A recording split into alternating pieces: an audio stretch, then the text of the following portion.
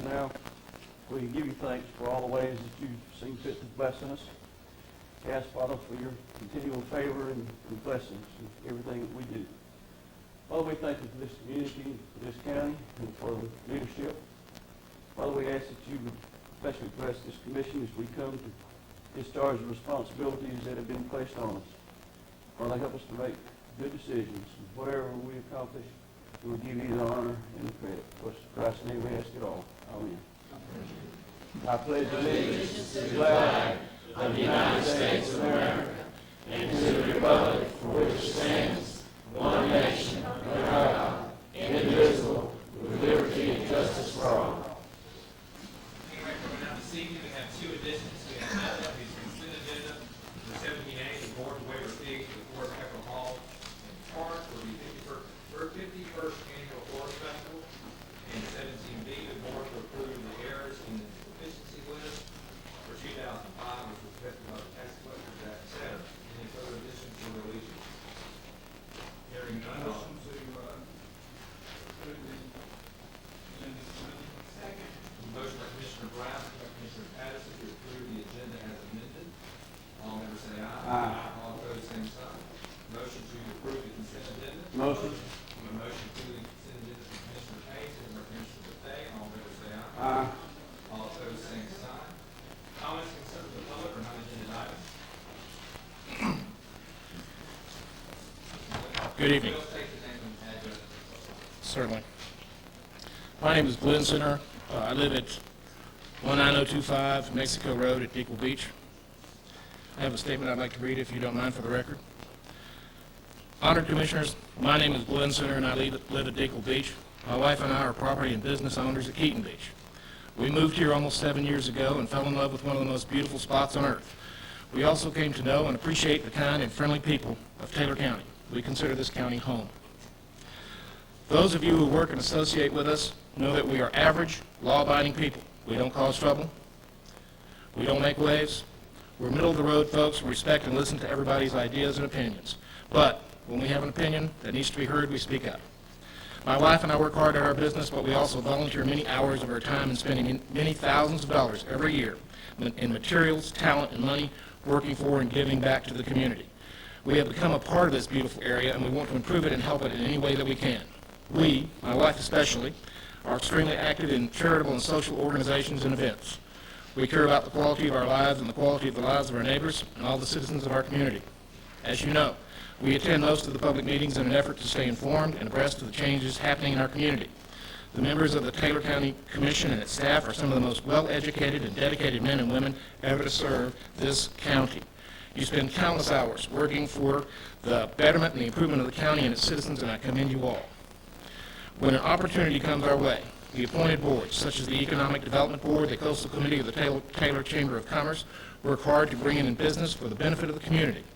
Because we are economically disadvantaged, there are sometimes predatory entities that will try to take advantage of what looks to be a backward and uninformed county.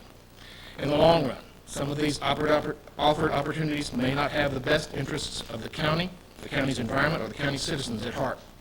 We depend on our commissioners to sort the wheat from the chaff and make the best informed decision possible that will protect, serve, and benefits the county citizens of Taylor.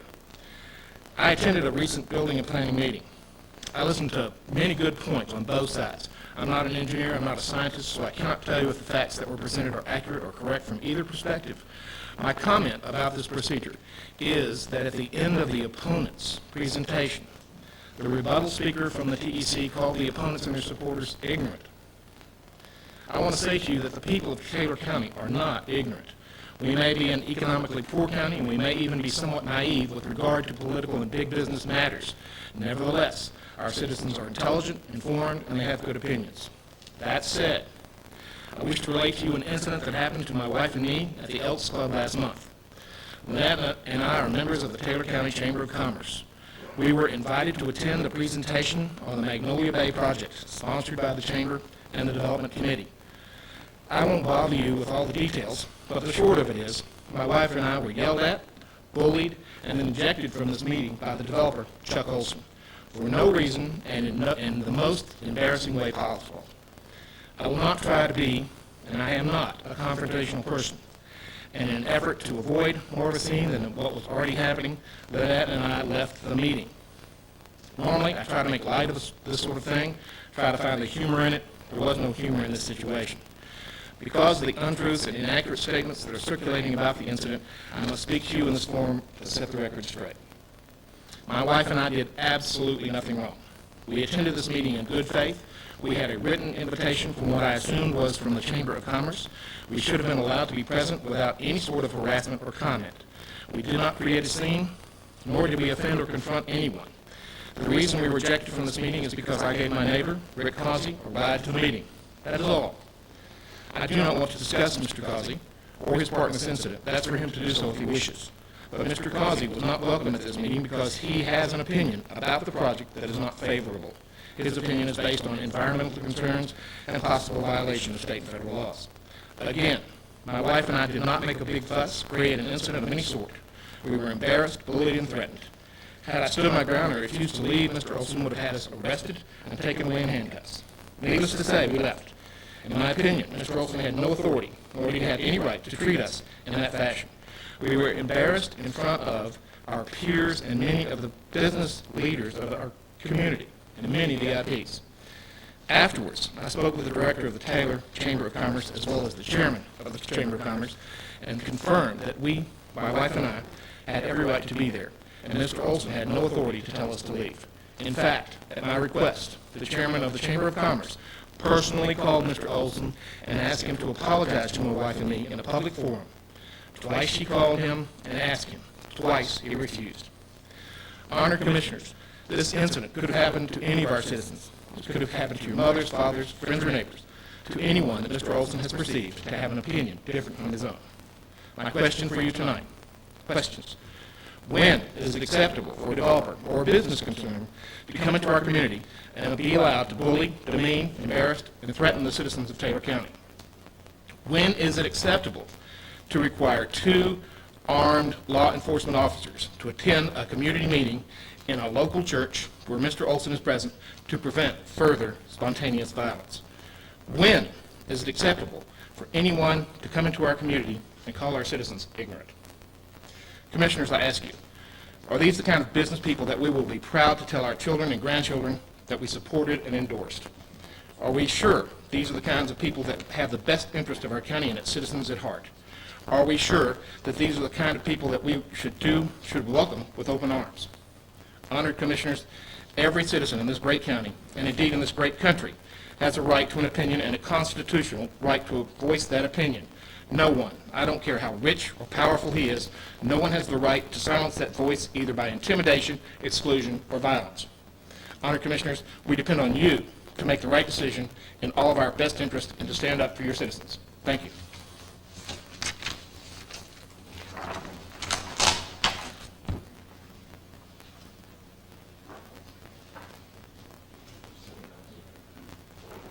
Before you go, Yes, sir. I hope you're not, man, I want everybody to know, the citizens, we used to have tax, commissioners have tax, nobody has access to that. But if you'll go to TaylorCountyGov.com, all the materials the commissioners have are now in there, and I kind of want to know the commercial statement. Staff's done an excellent job, and this is bringing government to the people. In other words, we used to have it very limited on the paper. We now have all of that information. Taylor County, gov.com, and go to agendas, and you'll see the packet there, total packet. Well, we're next one hearing, speaking myself, the whole board, like the whole board, that event was not a commission event, if you understand it, it's a private event. No one owes me an apology except for Mr. Olson. Completely. From our standpoint, I think we're really more responding, but that is a public event. I just wanted it stated for the record. Thank you. We'll come back to public comments. It's now 6:10. If you'll bear with me this evening, we have quite a few here. The first meeting for 19, the board will hold a second public hearing set for this date, 16 p.m. on ordinance passage of proposed ordinance to enact amendment number LDC 06-1 to the text of the London Development Code, removing 15-acre exemption on private roads. Anyone wish to speak to this? Seeing none, wish to the commission. to approve the ordinance. Motion, read the ordinance by title only. Motion by Commissioner Page, second by Commissioner, Commissioner Patterson. Read by title only. All in favor say aye. Aye. All opposed, same sign, fire. Anybody's not down there keeping me straight, but Gary doesn't hit my shoe, sorry. Oh, yeah. No, I know. An ordinance of Taylor County, Florida, amending the Taylor County Land Development Code as amended, amending section 42-147 entitled Designation of Plants as Major or Minor Developments, exempting the division of land into two or more parcels of 15 acres or greater as long as each parcel has at least 60 feet of frontage on an existing county maintained road, and exempting the division of land into two or more parcels of 40 acres or greater as long as each parcel has 60 feet of frontage on an existing private easement or road servicing not more than 24 parcels, providing severability, repealing all ordinances in conflict, and providing an effective date. Are you wearing your bumper? Can you put it on your clothes? Oh, I'm sorry.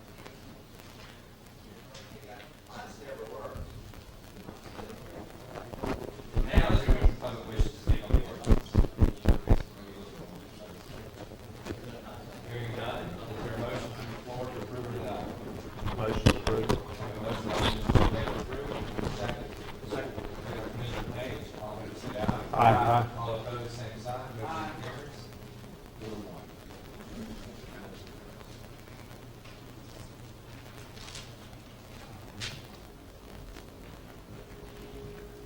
Good. 2 minutes for the next public hearing. Anyone else wish to address the board regarding the item? You have 2 minutes from Ms. Coffey.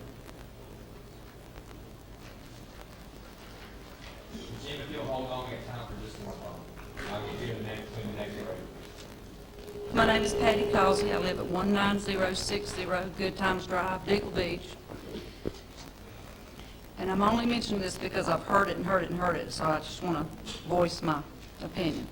On October the 10th, 2006, I was attending a meeting at the Blue Creek Church hosted by the Taylor Coastal Communities Association and the Coastal Committee, with the topic being seagrasses. Before the program started, Clay Bethea asked how many people lived in Taylor County for over 30 years. Then out of the 30 people, less than 25 had lived here for over 30 years. Most of the people at the meeting were from the beaches area. Then he told a story about seagrasses. He was out scalloping in a boat toward the seagrasses, and he said, I have to admit they were from Georgia. I take offense at that. This is not the only time I've heard this statement from him. Just so happens, and I don't think it's funny, that recently there was a large boat that got stuck in the seagrass bed south of the Keaton Channel, and the operators were Taylor Countyans. And I've got it stuff took, in it time. well, that's not what you said at the meeting. It took 2 sea tow boats to remove this boat while tearing up the seagrass beds. You can contact the FWCC and get the details. My point is that people from all over make mistakes, and many have no excuse for it. We've owned a house at Deagle Beach for 5.5 years, and that means we've paid high taxes for the last 5.5 years to Taylor County. Even though we are from Georgia, we decided to retire in Taylor County because we love the area. There's no more beautiful land than what is around our house. There are birds everywhere, fish and junk all the time, and there's some very nice people that live there. We love to fish and watch the wildlife. We realize that living on the coast means higher taxes and insurance, but it is worth it. It is our choice, just like it is everyone else's choice to live where they live. Remember, people that relocated here from Georgia vote in Taylor County. And people from Georgia spend a lot of money in Taylor County. They are great for the depressed economy in Taylor County. I can only assume that living in Taylor County for more than 30 years means something to Clay Bethea, and it should. But it doesn't matter how long you live somewhere, you still have the same rights as everyone else. We cannot change our birthplace, and mine will always be Georgia, but our home is now in Taylor County. I ask that the commission do their best to treat everyone fairly, no matter what their opinions are or where they come from. Thank you. Mr. Chairman, I'd like to respond. For the public, the comment was made, we was having a class on seagrass, and I was opening that up. And I had another lady from Georgia, and the comment came across. My point was, our community's changing. And if you remember, I stated my grandfather taught me how to work a coast. Right. And my comment was to say, our community's changing, we gotta have educational classes like this to make sure everybody that's coming here understands our coast. And so I was not belittling people from outside. I was trying to make the point, our community's changing, we gotta educate people what our ecosystem is about. My grandfather did that to me. My grandfather taught me what the ecosystem was. I grew up just as any farmer or any fisherman, they protect what they have. My point was that. And I understand how you can take it wrong, but that's what I meant, was that we're changing. We've got to educate the people that's coming here, because just like the person that was from Georgia, and maybe that's the wrong choice of words, that's what I see. And I'm sorry that you took offense, but I've been stuck on that coast. I know that coast. I know the tides. And I've gotten stuck. And so I'm sorry you took offense, but it was not the belittling people that was saying that our coastline is changing. We have got to educate people coming. Because our coastline is not Panama City, and we don't have deep water 10 feet out from shore. We have shallow water, and it's very tidal. Thank you. I think we need to teach everybody, Taylor Countyans and all. Time being 6:15, the board will hold a second public hearing set for this date, 6:15, regarding the passage of proposed ordinance to enact amendment number LDC 06-2 to the text of the land development code, regulating flag lot design road frontage. I'll entertain a motion. Motion to read by title only. Second. Commissioner Brown makes a motion to read by title only, second by Commissioner Petty. All in favor say aye. Aye. All opposed, same sign. Conrad. An ordinance of Taylor County, Florida, amending the Taylor County Land Development Code as amended, adding a new section, 42-720, entitled Lot Standards and Restrictions, by adding a requirement that lots less than 10 acres shall not have a length greater than 3 times the width, that lots less than 10 acres in size abut a private or public road, and have road frontage equal to the required lot dimensions in the zoning district in which they are located, and defines a flag lot as being 10 acres or greater in size with a minimum of 60 feet width accessing a street, providing severability, repealing all ordinances in conflict, and providing an effective date. Any of the public wish to address this? Hearing none, I'll entertain a motion. Motion. Second by Commissioner Brown, second by Commissioner Page, to approve. All in favor say aye. Aye. All opposed, same sign. Motion carries. Adding about a minute and a half to the next public hearing, I'll entertain another person from the public, named Jen Burdick, wanted to address the board. Jen? And Mom, Jen's on, I've been to do this before, and I mean, all your faces here this evening. If you wish to address the board, address the chairman, do not single out commissioners, and do not make personal attacks on anyone in the audience. Not saying that you are going to be Dan. Go ahead. Good evening, Commissioners. I promised Meg Fleming I'd be here to keep the heat on. But personally, I want to keep the heat on, too.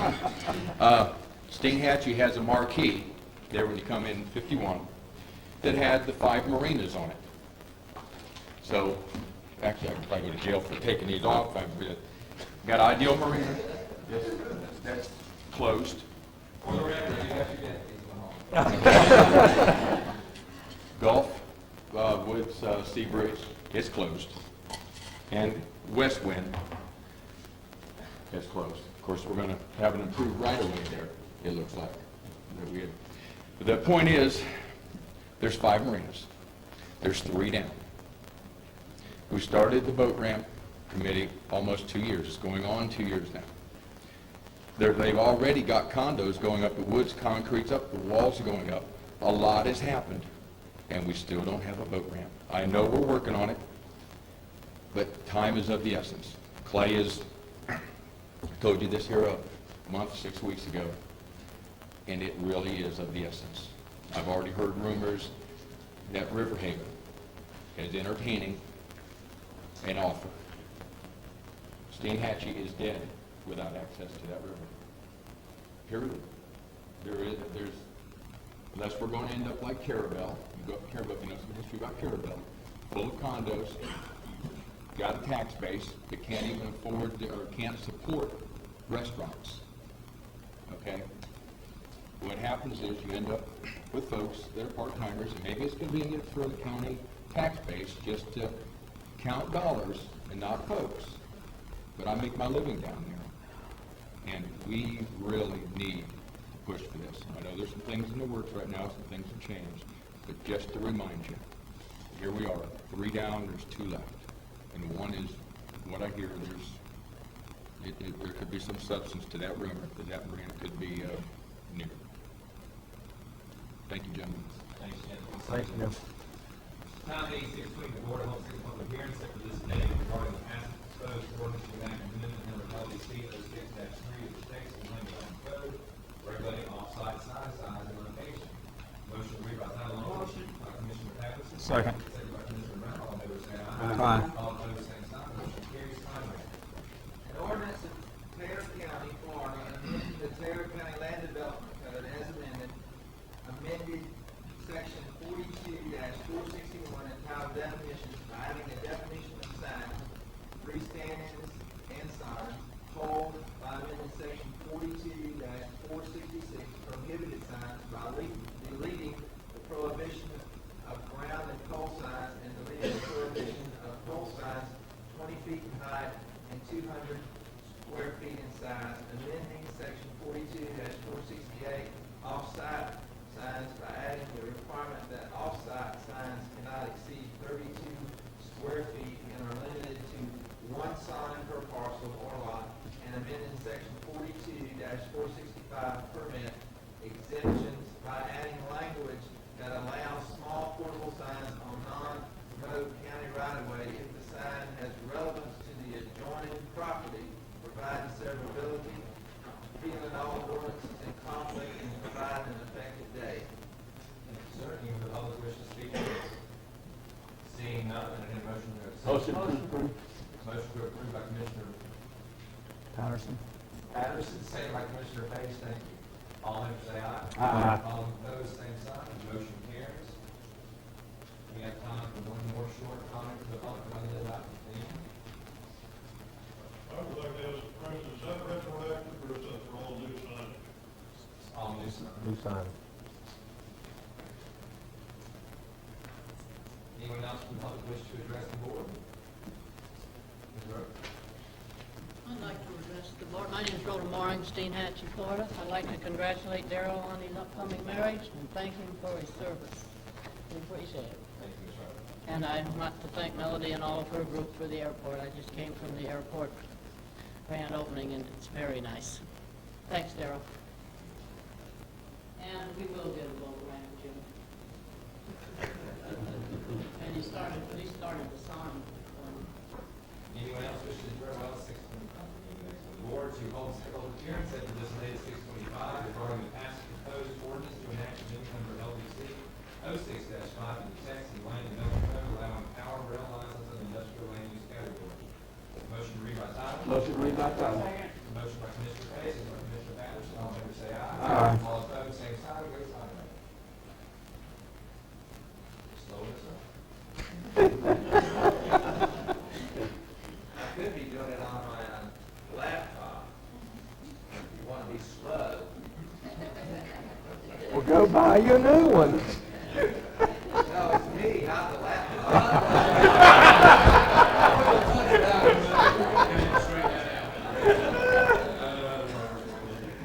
An ordinance of Taylor County, Florida, amending the Taylor County Land Development Code as amended, amending section 42-408, subsection 9C, 42-408, subsection 11, and 42-408, subsection 12, entitled Use Groups by amending the definition public service utility by adding railroad right-of-way and deleting distribution lines serving 69 kV or less, and deleting right-of-way and tracks from definition of small-scale industrial and deleting electricity substations and distribution lines greater than 69 kV from the definition of industrial, providing severability, repealing all ordinances in conflict, and providing an effective date. Thank you, Madam. All, anyone from the public wish to address the ordinance? Seeing none, I'll entertain a motion for commission. Motion. Motion for Commissioner Day. Second. Second by Mr. Brown. All in favor say aye. Aye. All opposed, same sign. The motion carries. Comment to the record, I asked him. Gary, we got a lot of comments about this shop. We love it. I was actually trying to waste time since you just quicker than this, but here we will make it. Anyone else wish to address the board on this item? Seeing none, I will, next time is on Wednesday. Byron, can you brief us less than 2 minutes on DCA issue? Yes. We have a meeting scheduled for October the 25th in Tallahassee to discuss and speak with Valerie, I can't remember her last name, and Kelly Martinson. We're going up to Tallahassee to meet with them.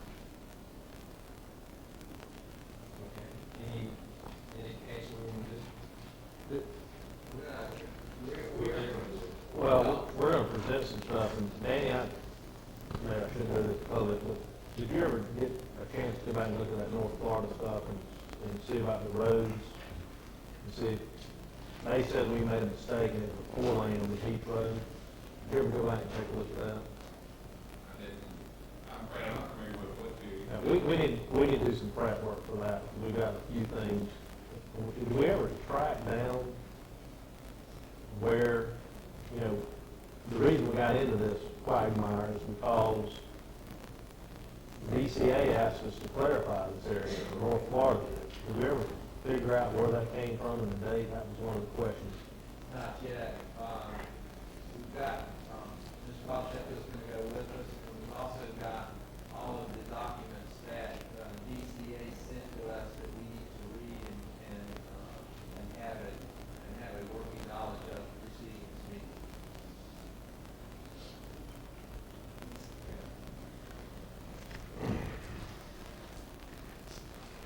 Renee, are moving on. How long will it take you to do yours?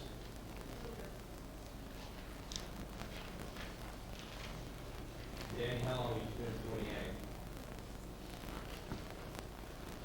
You ready to go to 10 or you? I can be quick. Between now and the board review and accept cemetery mowing contract, is it 95? Motion. Second. Motion to approve, second by Commissioner Page, all in favor say aye. Aye. All opposed, same sign. And I pointed out, you know, we talked about that, mowing, every 3 weeks we mow, but in the winter months, it actually states you don't mow in the winter months. There was some question about that in the last meeting. But you pick up the trash and debris. Debris, you go around every month at that point in time and pick up debris. So, while we're out of a mowing contract, I got a call today, is there any way, how are we gonna get mowing done while we're on We the won't until we get our contractor move out for an RFP, it'll probably take about 45 days.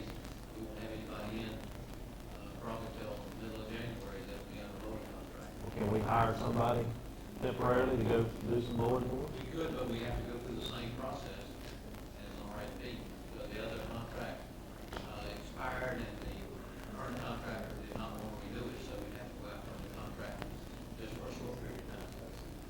But we have to, well, how are we gonna get the cemetery mowed? If we've got one that's gonna have a funeral in it. I don't have an answer for it. We cannot not do it, or in my perception, I cannot not do it. Any possibility, buddy, to have an inmate crew or we have staff? We don't have the It's very difficult, Mr. Page, there, we don't scatter on projects that don't completed and they're scattered. You only take a full-time crew, inmate crew, full-time to do that. Let's think about this. Will the current contractor mow, will he extend his contract? There's a possibility I can negotiate that with him, Andy, and see what he would do, and I can bring back the Motion to have him, I'll make a motion. You want me to go? I mean, second your motion. Sure. and not go out for an RFP right now. Go out for one, but not for the temporary one. yeah, allow him to do the temporary mowing, if he will do that until we get the RFP back and stuff. Motion by Commissioner Brown, second by Commissioner Matei, all in favor say aye. Aye. All opposed, same sign. Motion, time being 6:30, board will hold a public hearing for state town hearing application for special events permit by law to be held on February 10th, May 5, and October 28th, 2007, from 7 a.m. to 7 p.m. This is by Gary Ledbach, LLC. Well, I'm sure everybody's looked at the application by Mr. Gunner, Perry Glenbach LLC. The question is, does anybody from the public Public, have no. any comment with regard to this? I went through it, it appeared to Be in order. to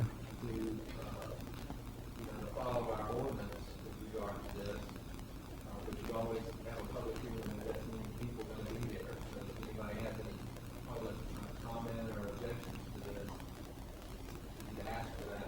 Any public comment or objection? Motion to approve. Motion by Commissioner Brown, second by Commissioner Adams, all in favor say aye. Aye. All opposed, same sign. It is a conflict. I can hear you. There are no conflicts. There's no conflict. You have no conflict. Another side of the Gunner family. We have a few more minutes for the next public hearing. Item 27, the board select airport advisory committee member, presented by the grants coordinator, I will release the gavel for the purpose of making the motion, Mr. Ward Catcher. I have a motion on the floor. I hear a second. Are we doing business with Mr. Kettering on the airport now? We currently have a contract that we're trying to separate from Mr. Kettering on the fuel. And other than that, he's not leasing from us like he was before. Okay, so conflict, non-conflict. When's it gonna be done? When's the separation gonna be? I can't give you an answer. It's what we talked about in the meeting, where we discussed the fuel, the Jet A fuel. All right. And what the board wanted me to do is find somebody that would do Jet A fuel, because you wanted for the helicopter as well as the general aviation. I'm having trouble finding somebody that would do that. So I can't give you an answer on that, but that will be resolved. This has been ongoing for several months. It's not a problem. How long has it been since we've sold? Jet A fuel. Can you do it, Conrad, can you do it with some type of disclosure or? What is it? I was looking at the, in our packet List. here, Matt, I need to understand this, it says that, the term for this position expires in February of '07? Correct. Just filling in somebody who got transferred. But we have other applicants, so. You got a conflict? I have a motion. I will withdraw the motion. I have- Withdraw the conflict. All right. Motion been withdrawn. Do I hear another motion? Don Asmus. I have a motion for Don Addison, Family Airport Advisory Committee. I hear a second. Second. I have a second. All in favor, please signify by saying aye. We can have some discussion on that. Sure. Discussion. Natalie Wongold, who's at the Sacramento County, correct? That's correct. As, I know Don has in the past, correct? Hasn't he? Don served a long time on, He was on a long time, he's been traveling a great deal lately. will he be able to? Yeah, I was a fine person. Sure. My question would be, is Don going to be able to get the time that's required to do it? And Don's traveling. Don's majority of his travel will end in January. well, what? Well, I'm sure. Well, I'm just, You did submit an application, Yeah. right? Is that right? Yeah. What we did was we contacted from when they submitted last time, we put it in the paper. We contacted the 3 applicants from last time that were selected, and they all still went to be eligible. And we had no, new applicants apply. I have a call for the question. All in favor, please signify by saying aye. Aye. All opposed? Motion carries. Pass the gavel. Time being 6:35, the next public hearing, the board, hearing application for special events permit by law to be held on October 29, 2006, from 7 a.m. to 7 p.m. as submitted by John Dye.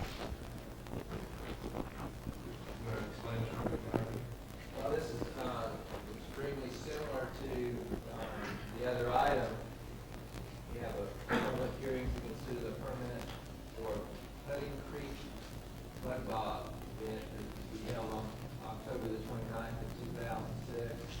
You've looked at your packet. There's an application that the list of property owners that are within 660 feet.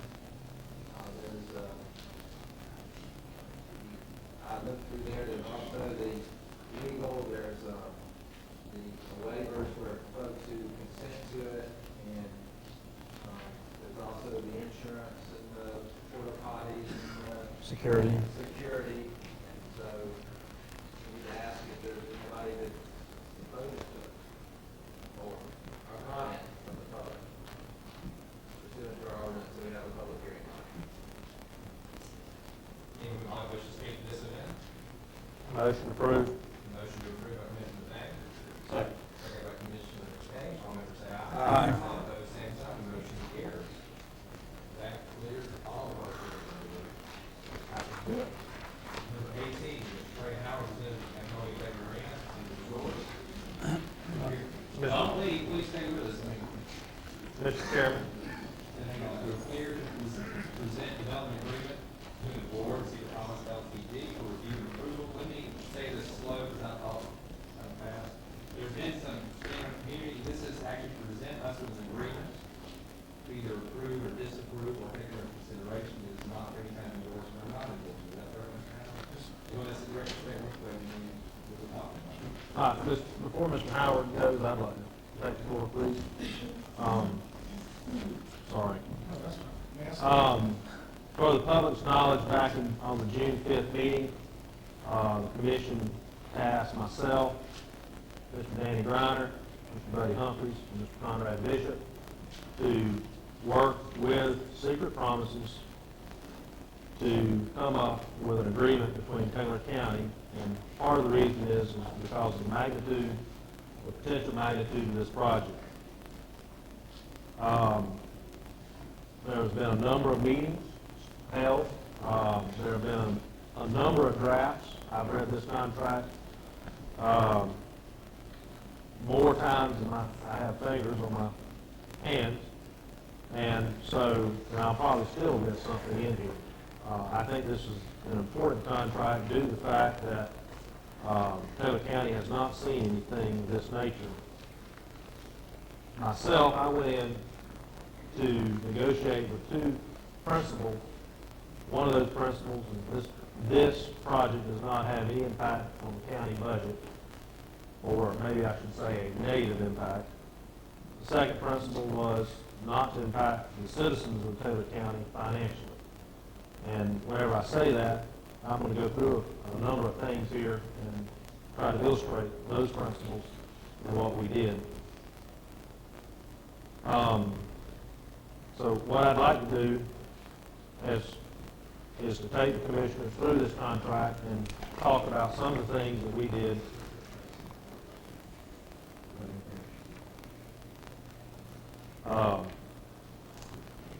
Page number 1 is basically, you have the introduction and introducing there, nothing major there. You have the recitals stated in the first number of pages, and that's basically for informational purposes, in my understanding. Whenever you look at this contract, starting on page 4, you have the relevant findings. That seems to be pretty much straightforward there. Nothing out of the ordinary there. Give you more information. Public meeting, that's basically what we're in today. Starting in section 3, the development of the project. Here again, it's still some more informational items and explaining what they're doing. Starting in item 4, section 4, development project permitting. We start getting into some of the meat there and talking about some of the things they're doing in the Florida statutes and infrastructure. Item 2, the passive recreational uses, including, and you can read that, but there's a number of boardwalks and significant everything there, and all of that's public domain. There's active recreational facilities there in item 3. Item 4, the site marine, aquarium, and research and educational facilities. And so as you go through that, it kind of gives you some more, and you can read through that. Starting on page 9 is where we start getting into where we spent the majority of our time, and actually going through the front part of the contract. A lot of the language was changed and to meet our needs, the best of my ability and the best of the negotiating team's abilities. Item 1 is talking about the densities there and utilizing clustering, which is in our laws. Number 2, community development district. This is a area, my understanding, in the state laws that basically the secret promises are going to utilize to put in all the infrastructure, and it's my understanding is access to money for lower interest because it's infrastructure to go in, and that would be in the neighborhood of, in the hundreds of millions is my understanding. Section 3, we get into, in the last meeting, we own Jug Island Road there, and basically this is just worded so that the public hearing will occur in our next meeting, but basically this is a trade-off here.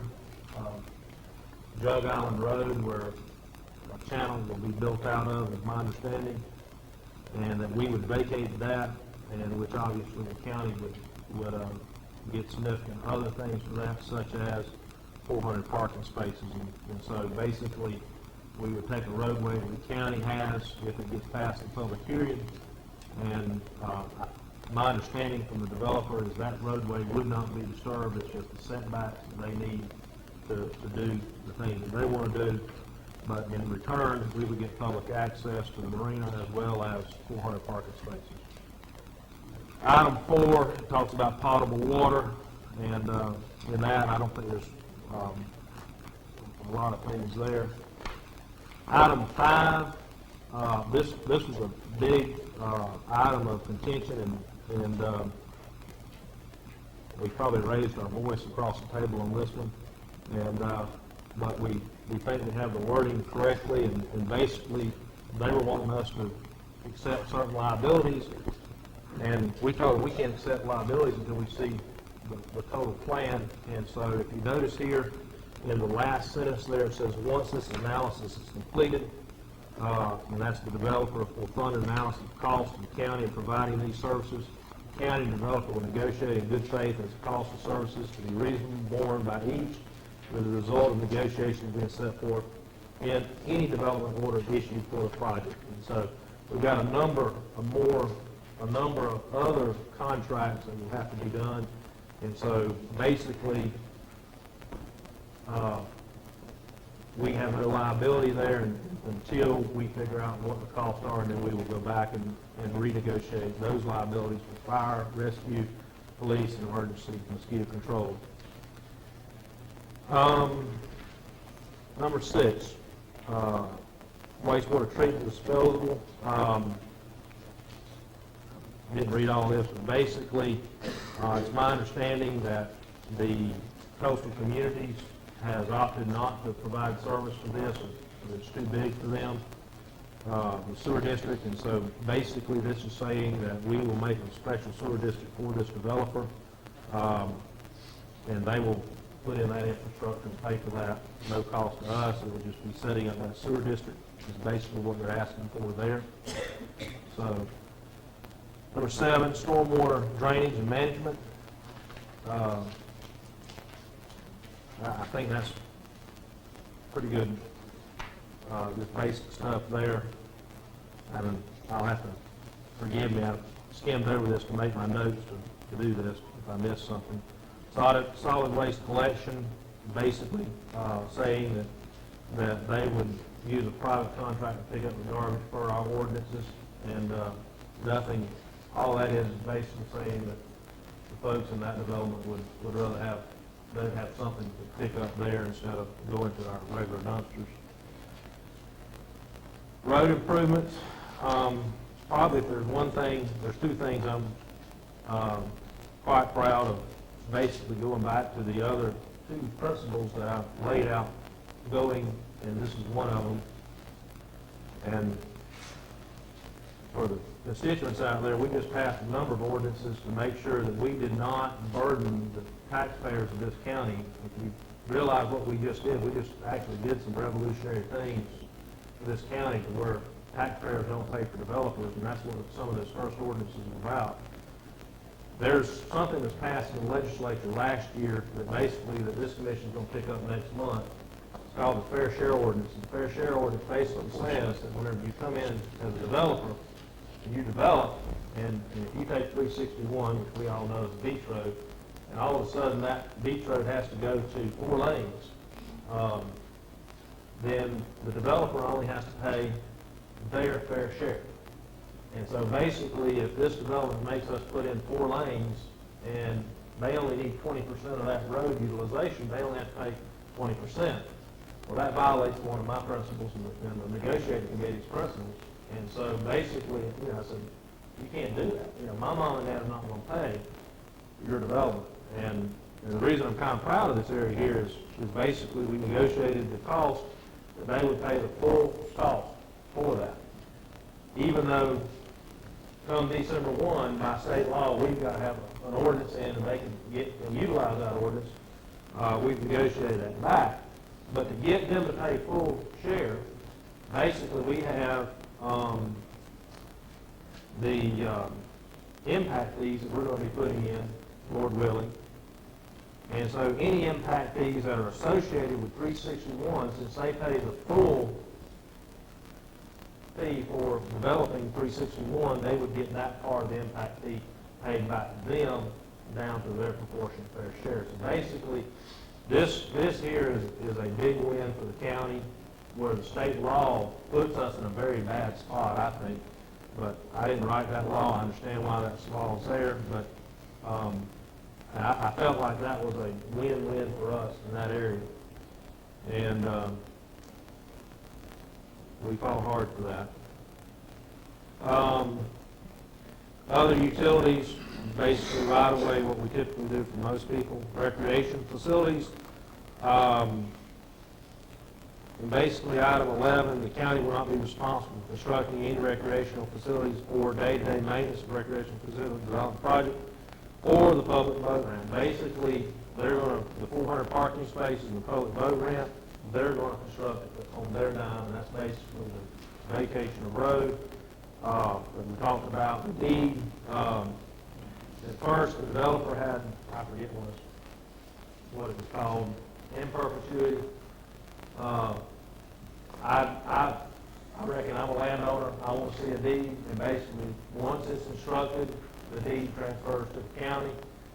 But the nice thing here is the developer wanted to be able to have some control over making sure it stays looking nice, and so they will pay to maintain it.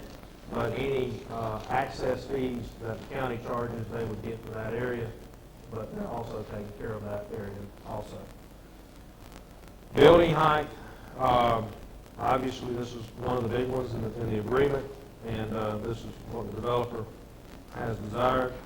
Conservation areas, stating basically the applicable laws.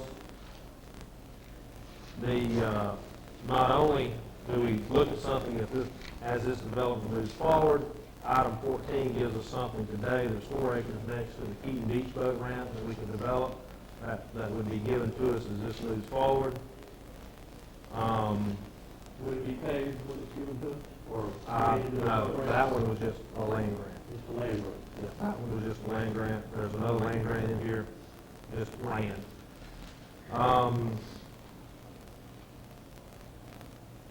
So you got that 4 acres, you got the item 15, the comprehensive plan, and basically that's a notification of this is how they're going to move through their development, and using the small plan amendments is the way they're going to do that.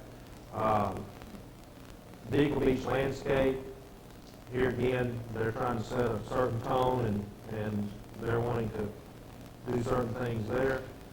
Item 17, this is Danny here really pushed this one. The developer shall be responsible for cost of all building, infrastructure, inspections. Basically what it is a project of this magnitude. We could staff up, and then we staff back down. There's no way for us to do this high magnitude of inspection. So basically, here again, this is one of those principles that it doesn't change the county budget.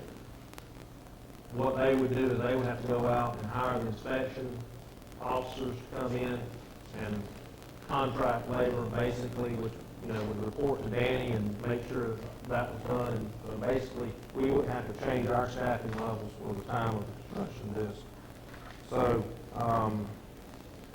item 18, there's a county annex, and basically, a project of this magnitude, we started off with 10 acres, notice we're at 30 acres here, and basically, we think we have enough property here to put a school in, as well as other municipal services that might be required or needed.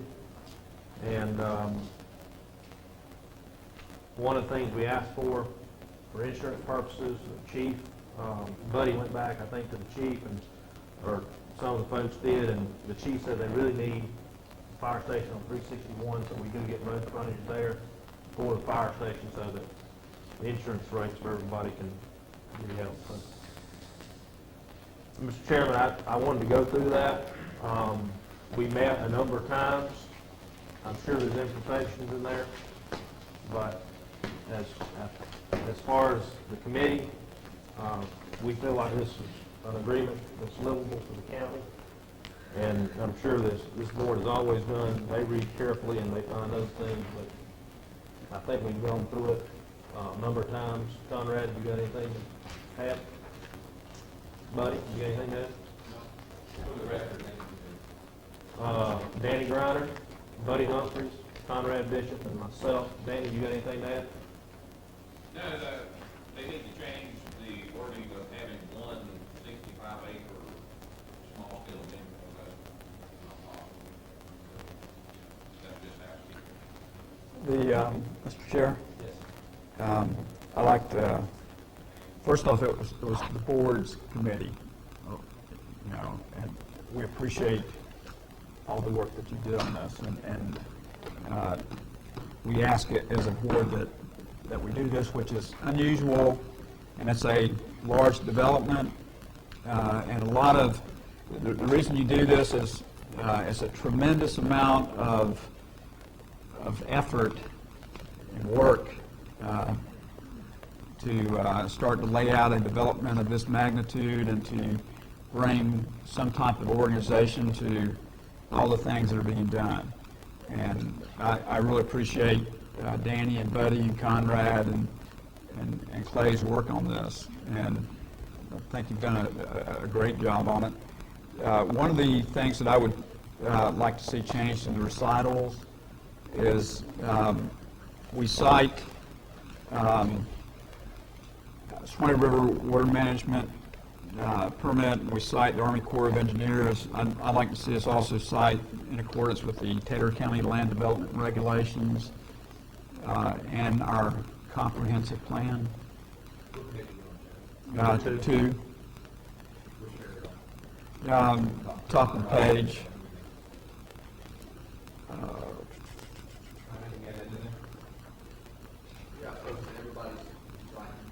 I mean, it's really kind of it's known that those the land development regulations and the comp plan apply, but I just think it'd be good to have it cited in there to make sure that people understand that this is not above and beyond the comp plan. The other thing I've got a question about is the recreational facilities.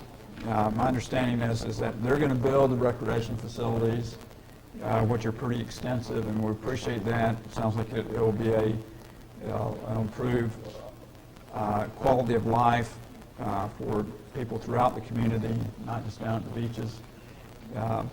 We will have a cost for maintenance. They're going to make it. they're going to maintain it. Okay, I did not pick that up in the agreement. Yeah, they're, Okay, so they're actually going to maintain, and what about operational cost?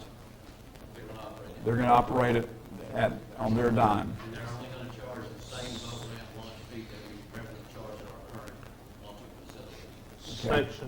Section 11, page 14, the county acknowledges the developer intends to operate the marina, boat ramps, navigation channel-related facilities in the manner that makes them qualify, including the county shall not take any action to develop, jeopardize the developer. The developer has offered the local, state, some other stuff. Okay, what if the development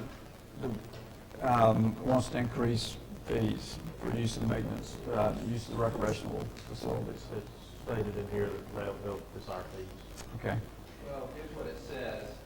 Developer will operate, manage, maintain all of the marine operations, including the navigation channel and boat ramps and parking, and may charge a fee consistent with the ramp fee adopted by county ordinance for launching, parking, and other types of activities. Okay. In other words, they may charge a fee, Consistent. and it's consistent. Consistent with, maybe it should be consistent with our other recreational fees, like if they have, sports facilities and stuff. Waste treatment and disposal.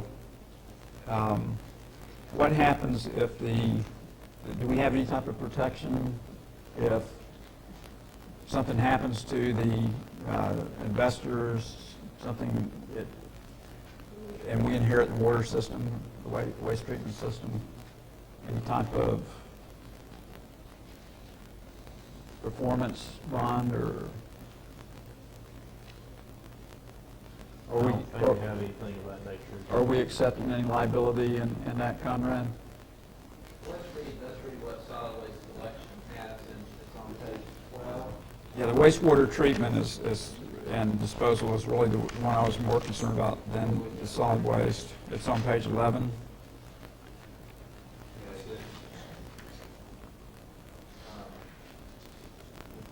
I'll just read it, it's paragraph 6. The developer will provide a method of wastewater treatment and disposal that is in compliance with all applicable laws and regulations, which shall include a central sanitary sewer system to service the development. The developer will create, expand, or cause to be expanded all existing disposal service infrastructure for the development. And the developer will provide a lift station capable of service connection to the existing homes at Eagle Beach. The developer may create a new sewer district and sewer plant and/or community development district for all infrastructure. Any available reclaimed water will first be utilized by the development. The development will utilize reclaimed water when available in practice. What you're saying is, if for instance, that they were to not be able to quit that, is that what you're saying? Sure, sometimes developments don't pan out, and you've got half of a development started, and they decide to abandon the system. So you want some kind of, I just think it's a point of it's a point of discussion. I mean, I think these, somehow we need to make it where we're not liable. right. But that's perfectly Conrad, how we write that in there. well, to go back to them, and tell them what we want, and then, we get some language. What I wrote is, I wrote bond not liable right here. Yeah. Put it right out what should be in here. This is the reason why we brought this to y'all, for y'all's comments and Absolutely. conditions, at least in Sure. certain directions. Well, it's just like the road criteria or anything else. When we have a commissioner doing point work, and that's like Clay said, it's we all go through it and put our own spin on it. And what about on page 15, the small plan amendments?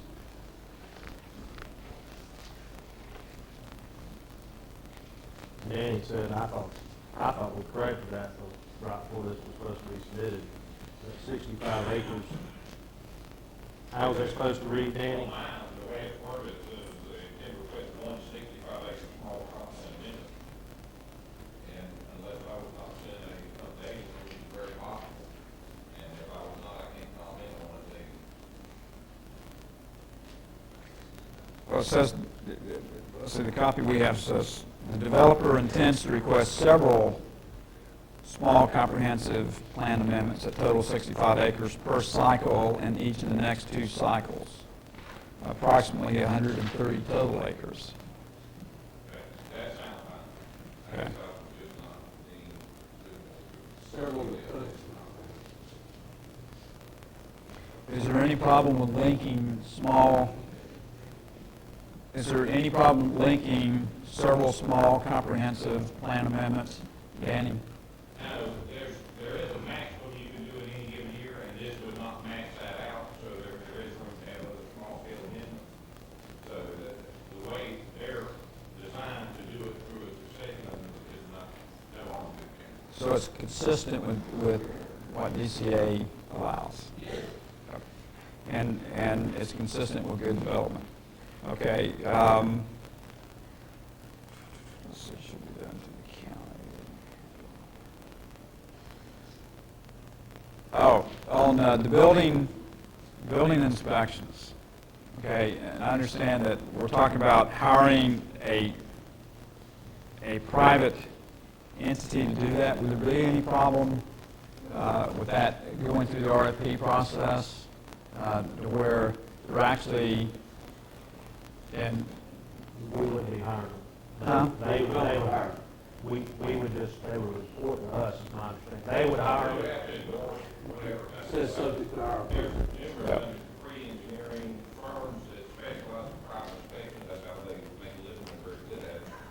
But we wouldn't expect to retain the ability to choose. yeah, I mean, some way we've got to show that we've got,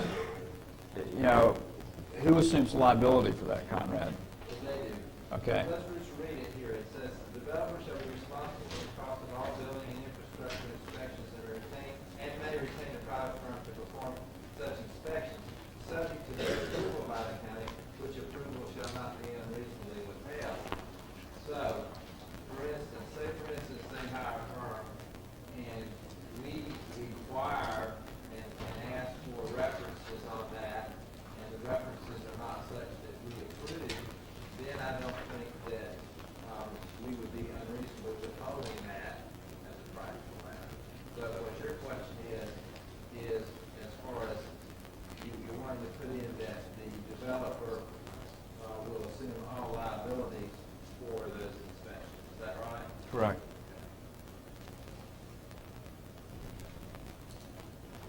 That's all I have. I have 2 comments, Mr. Chairman, if it's my turn. Hang on 1 second. Steve Bell, can you please check the airport? No, it's kind of hot. Too much hot air flying around here. That being said, that was all yours. My first question, I guess, would be to Danny. I'm kind of a numbers person, and on, I think, page 9, in this document, talking about density. And if I added correctly, we're talking about 1,498 units. And I'm familiar with the concept of clustering, which I served on the planning board, and I remember when that was put in. Is the density down there on all of this big parcel of property, 1 unit per 5 acres? Yes. And the parcel of property is about 4,000 acres? I would be speculating. Is that about right, Dr. Cook? All right, you divide that by 5, I didn't come up with quite 1,498. So that's the question. That's part of the land use changes, we'll address that. And the densities for such units as motel and hotel are not the same as a single-family dwelling for purposes of density. So the densities in here are correct, and you check that out. There would be doable if the land use changes work on it, if they were approved. They gotta go through this. They gotta do Okay. 15. All right, I'm clear on that. Now, I had met earlier today with Danny over the telephone, and he answered a number of questions that I had on this. I did not know what to expect when I came to this meeting tonight. And from the tone that was set, again, Mr. Chairman, you correct me if I'm wrong, the public is not going to have any input into whatever decision we make on this. And I call your attention to part 2 on page 6 of this document, which says public meetings required to enter into, amend, or revoke this agreement shall be advertised and held in accordance with all applicable law. Decision of this magnitude, that kind of reminds me of the decision this board made in reference to Taylor Energy Center. We did not notice that we're going to take action. And we've been hammered by the fact that you guys did this and you didn't notify everybody and the public did not have a right to come and speak. So somewhere in this process, let's take our time and do it right this time and give notice and let the public come and speak.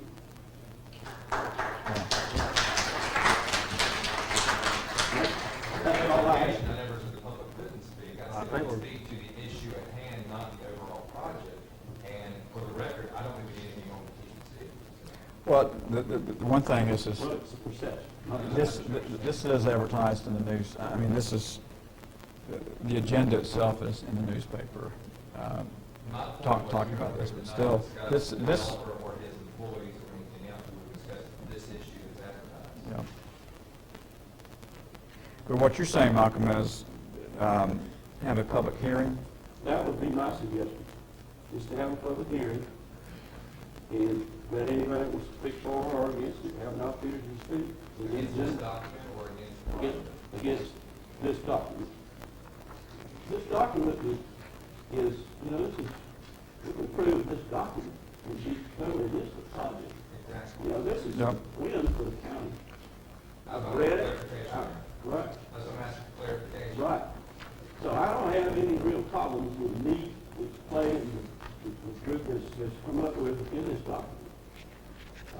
It's a good document. It covers a lot of issues. The document would fail to exist, if that's a good terminology, if the project is not permitted. If the basin and the canal is not permitted and the project's scope is changed, it's my understanding, Jane, you need to send me the right direction, that we have to come back and renegotiate this document. There's a, Yeah, Is that your understanding, Clay? there's a place in here, and we talk about changes and talk about wording, yes.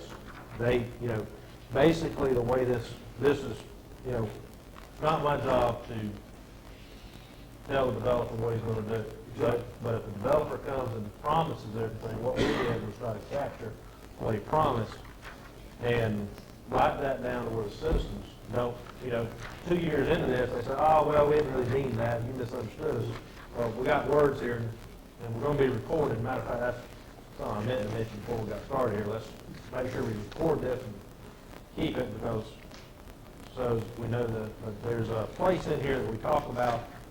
Help me find it, buddy. It was the last time that we talked about if anything changes to public. well, it's, Is it 5? Public services on page 11. well, it's on page 6, it says, all will be held. Paragraph, the last sentence. Well, they wouldn't get about development order. Well, yeah, they can't get by. There was somewhere else that we talked about some of the public domain, and I'll have to go back and find it, but it's in here. I thought it was. And, Well, and it's basically, they can't go change it. it's number 2, 6 says public meetings required to enter into, amend, or revoke this agreement. You know. Okay, so if you're going to make any changes to it, well, and also, though, that's the reason that we discussed the comp plan and the LDRs is you're going to have to do site plans and every bit of that. You're going to have to go through a developmental order. You're going to have to, and every bit of that has to go through a public hearing process to where it's advertised. They'll have site maps will be in the paper. They'll have to go through a concurrency study and. This document here, the way I look at this, and and I could be wrong, is basically, we've laid out, this is the 10,000 mile, I mean, the 10,000 feet perspective of the project. There's a lot more public hearings and other things that's got to occur, but this is the first general document. And basically, this is saying that, you know, the county, this is what the county's going to do, this is the citizens, and, you know. Here's what I would tell you is, one, I don't think it's required by law because, you know, like all of our contracts we go through, we discuss, you know, but I think what Malcolm's talking is in an abundance of caution and just to inform the public. I mean, you know, I think that anybody who reads this agreement and goes through it, you know, whether they're for or against, they're going to have to look at this and say that the developer is stepping up and trying to make it a win-win for the community. At the same time, they're exercising their developmental rights. And, you know, still, nothing in this precludes, you know, the comp plan or having to go through all the, you know, talked about Suwannee River Water Management District in here, the Army Corps of Engineers. They'll also have to, DEP will be involved, DCA, you know, and so there are going to be lots of public hearings, but I understand what Malcolm's saying. Because, That's the only objection I have. As far as the meat of the document, I can live with that. But the abundance of caution, I'll be careful to say, I'd like to see us have a public hearing.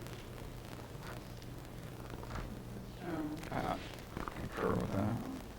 Looking at the document that was presented to us, I have paid all my question answered.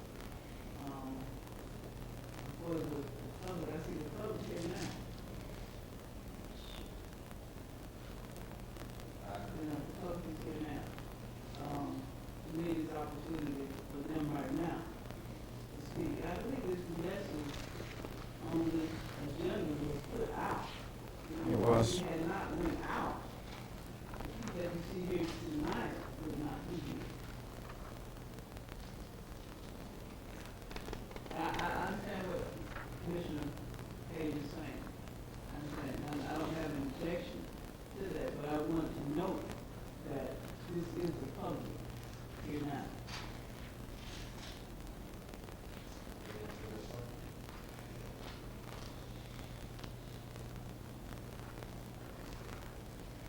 No, I think the agreement, my whole intent, I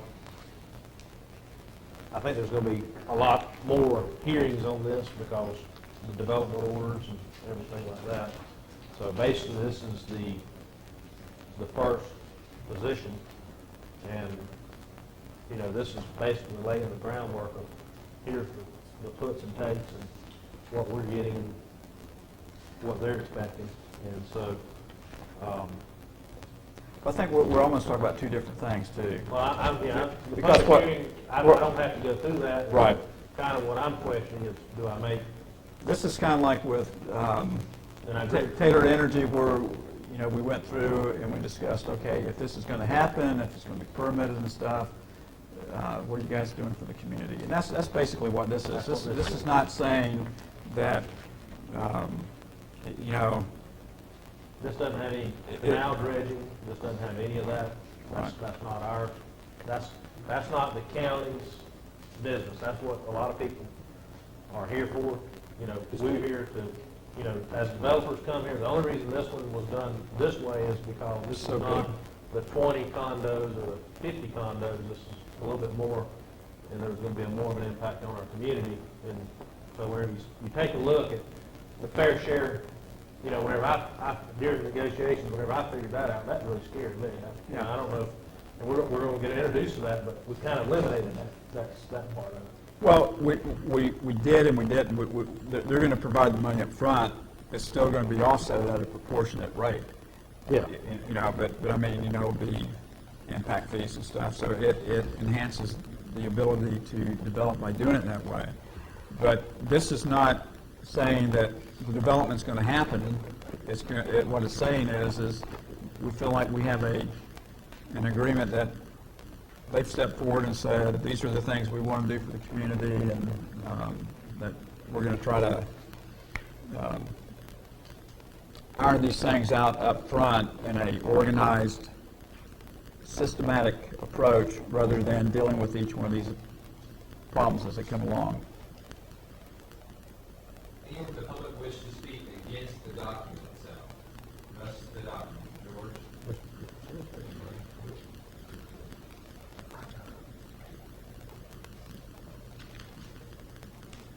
Thank you for the opportunity to speak.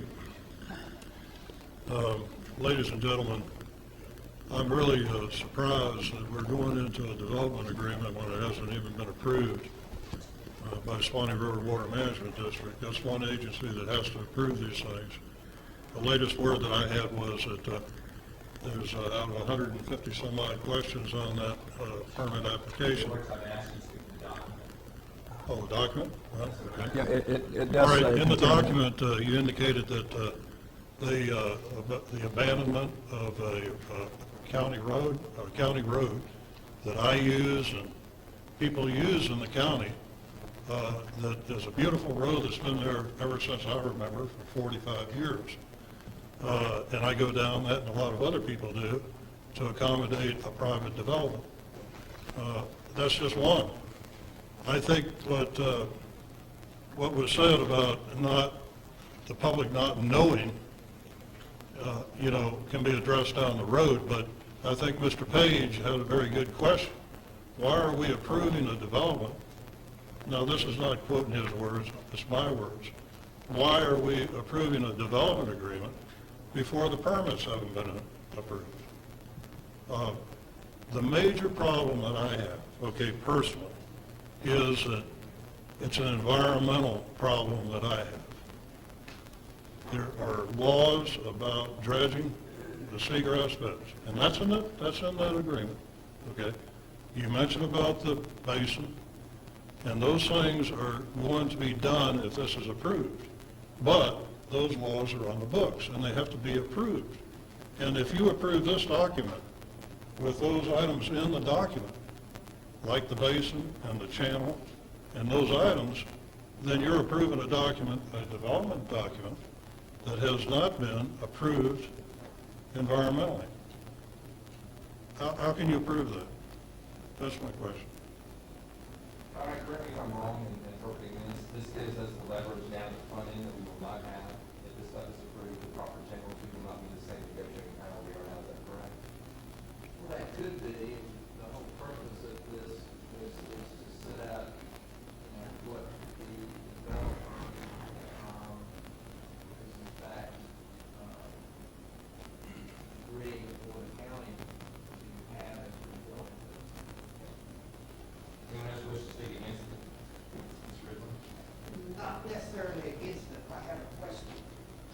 Stan Ridgway out of Steinhatchee, when you were negotiating this agreement, I heard one comment about fire, the fire chief and all. Did it come up about a ladder truck, aerial ladder truck, and manning that truck? That, Mr. Ridgway asked a good question, and that's why Section 5, and this is one of those places that we did have a few red face spots in the negotiations. Okay. And if it's a good negotiation, you should have those. But in public service, there's no way to quantify at this point, and that's why that's been left open to the development order. And so, if we got to do a ladder truck and whatever fire services, obviously we don't have this kind of development in Athena.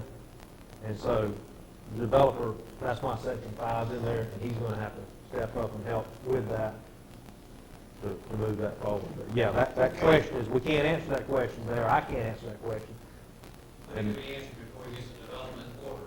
It's got to be answered as he moves along, and that's why Section 5 is in here. All right, when that question comes up, can the manning of that aerial ladder come up at the same time? It's my understanding that it takes 5 trained and licensed firefighters to man that truck around the clock. That's all gonna have, all that, we can't quantify all that. And they were wanting us to commit to certain things, and I wouldn't, but this was Buddy's area here, and Buddy, I think Buddy's the one that got red faced and said, we're not gonna do that. You're expecting us, and so basically, that's gotta be. This is for later clarification. Right, That's what I'm hearing. but that is one of the subjects, and it was Okay, heated with. thank you. The other thing I'd just like to say is even DCA uses what they call, Florida DCA uses what they call a preliminary development agreement that starts setting parameters in place before the development as a whole is approved. Anyone else wish to speak against the document?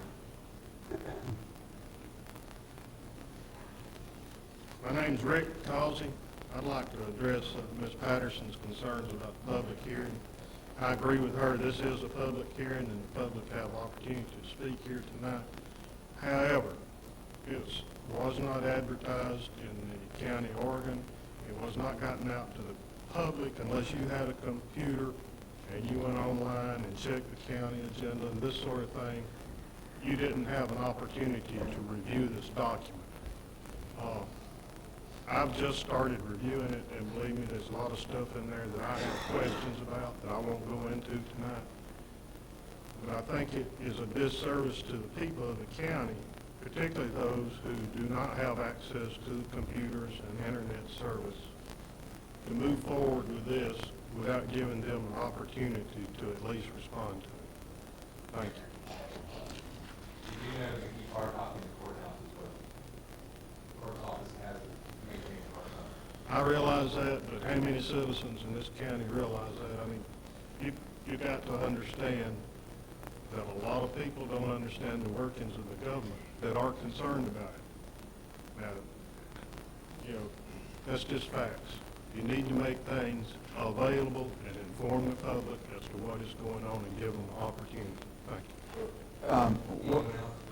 One of the things about that is this agreement is probably more available than any other agreement has ever been because it is online. Like we talked about, is we're trying to make sure that all these documents are put online so that the public can see them. And I realize that a lot of people don't have computers, Rick, like you're talking about. Right. Sure. And you know as well as I do, a lot of times we advertise public hearings and we don't have very many people show up. But, I do think that, it was noticed in the paper, it's online, and it's a developmental agreement that is contingent upon all those steps being followed.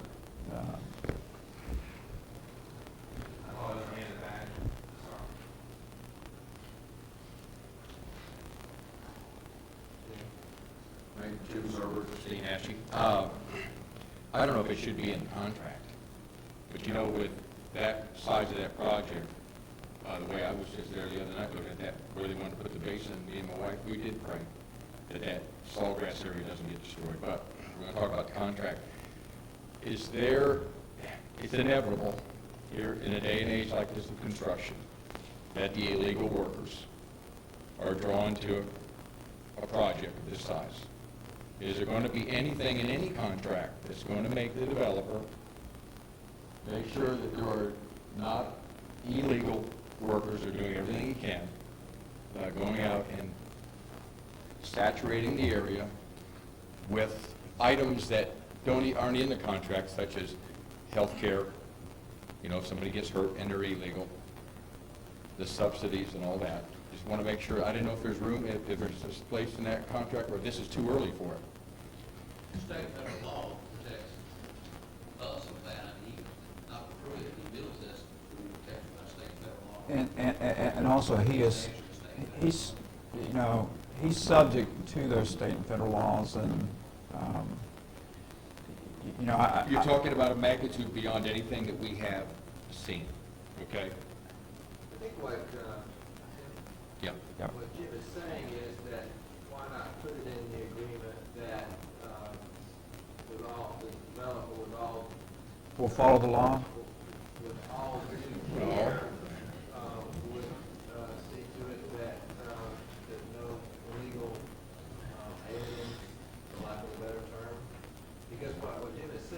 say, for instance, if, someone gets hurt, those are services that the county, if they don't have proper comp and that sort of thing, that they end up with in our hospital. But they show up at the emergency room, you can't turn them away because they're an illegal alien.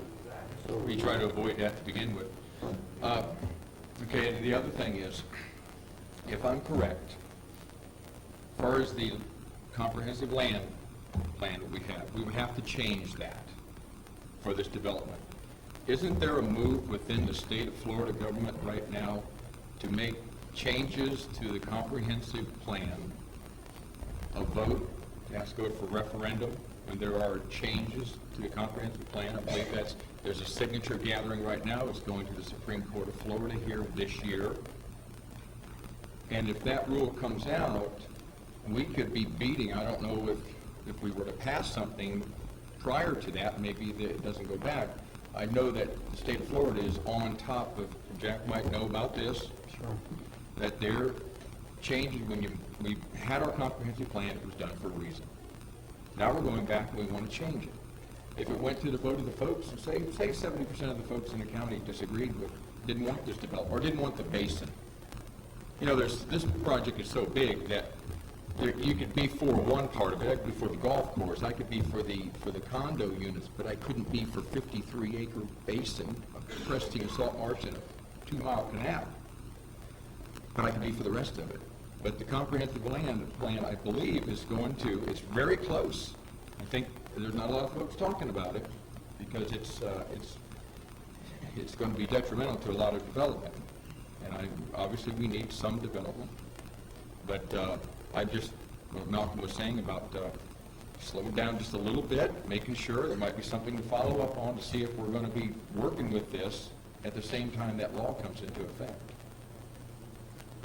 We go too far.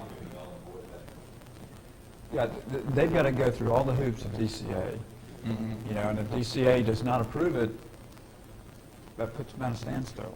Yeah, but the thing is that we're going to have to approve, we're going to have to change our comprehensive plan, and I think the one gentleman was saying, we're going into an agreement prior to it even being okay. No, we don't, that's very carefully worded To where we not don't agreeing say to. that we will give that. They have to go through the same process that every Tom, Dick, and Harry has to go through. It's just a notice that this is what they're planning to do. And that was another one of those areas we cannot commit to you today what we're going to do a year from now. I cannot commit the next commission. All this is a statement, and that's why if we, Well, it's like the road closing. I mean, the road closing, you still have to have a public hearing. You're going to listen to it. A public hearing, but yes, but you could have a public hearing, you could have a popular movement against it, and your commission could still vote for it. Absolutely could, or vote against it. And so, but this new law that I believe is going to go into effect is going to make it a referendum issue. It's going to be, and I'm not sure what criteria, I think it's major land use changes. Right. But I mean, right now, what we're talking about is one of many laws that are working their way through committee that may or not surface But out I'm of glad committee. you know you're familiar Right. with it, Yes. and the other commissioners. Right. Well, thank you. Thank you, Jim. thank you. And thanks for bringing the signs up. I like that.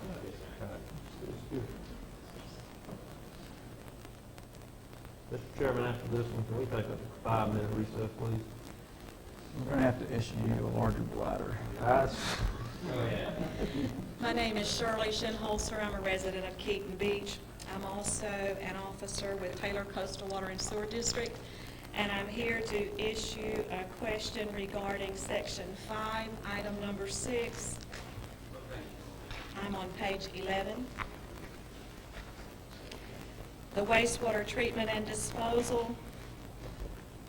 The statement in mid-paragraph that the developer may create a new sewer district and sewer plant. This is a question that brings a possible conflict to Taylor County Ordinance number 2005-3 that created Taylor Coastal Water and Sewer District, giving us the authorization to provide sewer for this area. We are heavily involved right now in obtaining funds for Phase 2, which will incorporate sewer provisions for Deacle Beach. And I am concerned about the wording on this paragraph and how it will impact our plans for Phase 2 that are ongoing. Trey, you want to answer that, or? When we were entering into, when we were entering into negotiations, it's my understanding, and please correct me if I'm wrong, that if we could hook up, we would.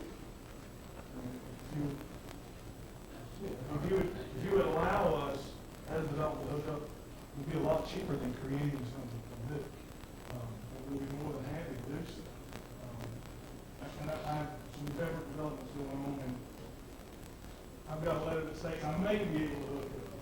I don't have a letter saying that on April the 1st, 2007, Trey, you can hook up my water system. I mean, I can hook your water, but I may get a look at the sewer, I may not get a look at the sewer.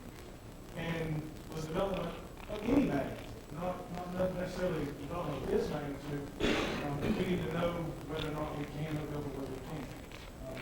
And like the gentlemen and ladies up here, and lady, sorry, I apologize, up here has stated, this is merely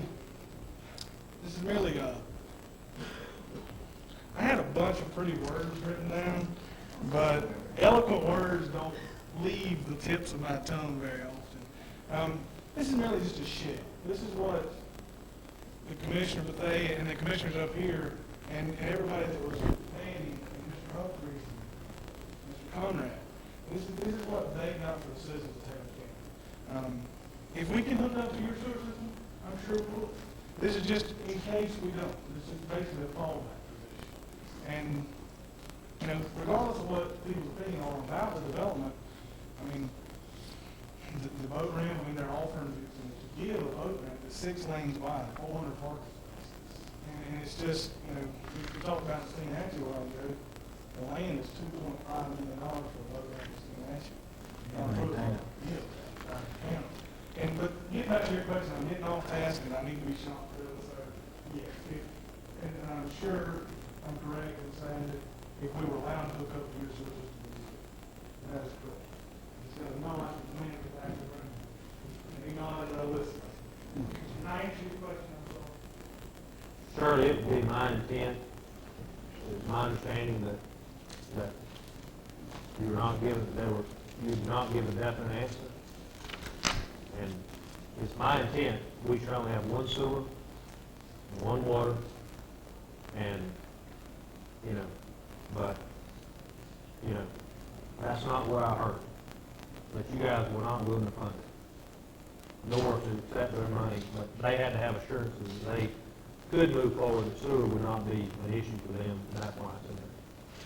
So if you're committing to the Taylor sewer and water, you know, I think, you know, we've got a camera right above you there, we'll be more than happy.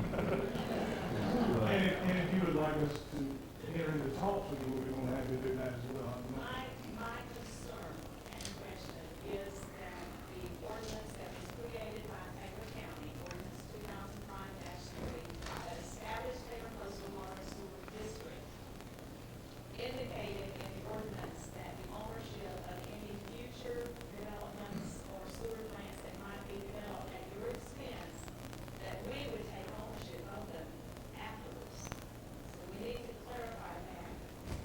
That suits me. Let me also clarify one other thing. We got a letter at the Taylor Coastal Water and Sewer District that asked us, we will be able to hook up 20,000 units. RRC, any capacity that we will ever be able to service with our 100 acres of Springfield. That was the reason that we declined to accept. Not because we didn't want them or we couldn't or we wasn't funded. It's because we do not have the capacity with the Springfield area of 100 acres that we currently have. We couldn't meet the minimum requirements. That was our reason for declining. Now we heard another number.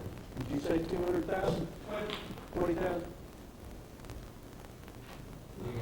I don't know. If it was there, I didn't write it, I promise. That's not in That's not in this Not in this group. Right. Well, okay, so do we want it, Conrad, do we want to look at, I mean, how would the developers feel about the language that if they can't provide, utilize it? Johnny on the spot, I'll write it down right now. But we go back to this same problem, what's like down at, what Steinhatchee, Water and Sewer said basically is, we will be able to do that by a date certain.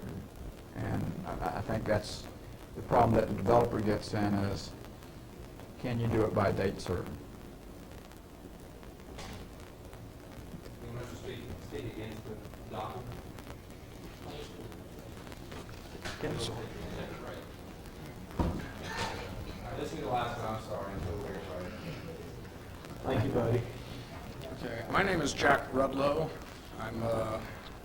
I live in Waucova County. I am the top end of the Big Bend Seagrass Preserve. We have an organization that depends upon a healthy, productive marine ecosystem. And this document is a shell, as was described.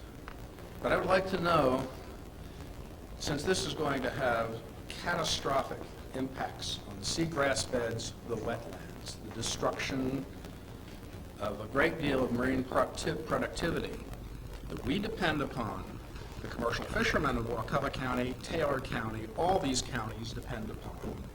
Is there any part in this agreement that would basically compensate them for the years and years of loss? I call your attention to that beautiful picture behind you, that aerial. I want you to keep that in mind while you're looking at that. That was created 10,000 years ago or more through the last melt of the Ice Age. That is one of the most productive pieces of land on the face of this earth, along with those seagrass beds. This agreement, if this is a sort of a tacit approval in its own right to begin the destruction of that, I think you should really consider whether you want to pass an agreement that is going to terminate and destroy and vastly negatively impact the highly productive area of this region. I understand that. I'm asking the document. I'm asking, do you have controls in this document? Do you have promises for the destruction that this is going to do and the loss of productivity? All right, that is not addressed. There are people here in this room that have a lot to say about this. We've traveled a long way. I have been to another meeting at Steinhatchee, at Keaton, at which I was not able to present my disagreements to this project because of, I'm going to ask you to speak to the document. all right. I was not able to speak to the issues, and apparently the document I see is a flawed document. The document has major problems because of the underlying issues behind it. We'll have a 5-minute break. Back to order. Anyone who wishes to speak against the document against them? Yes.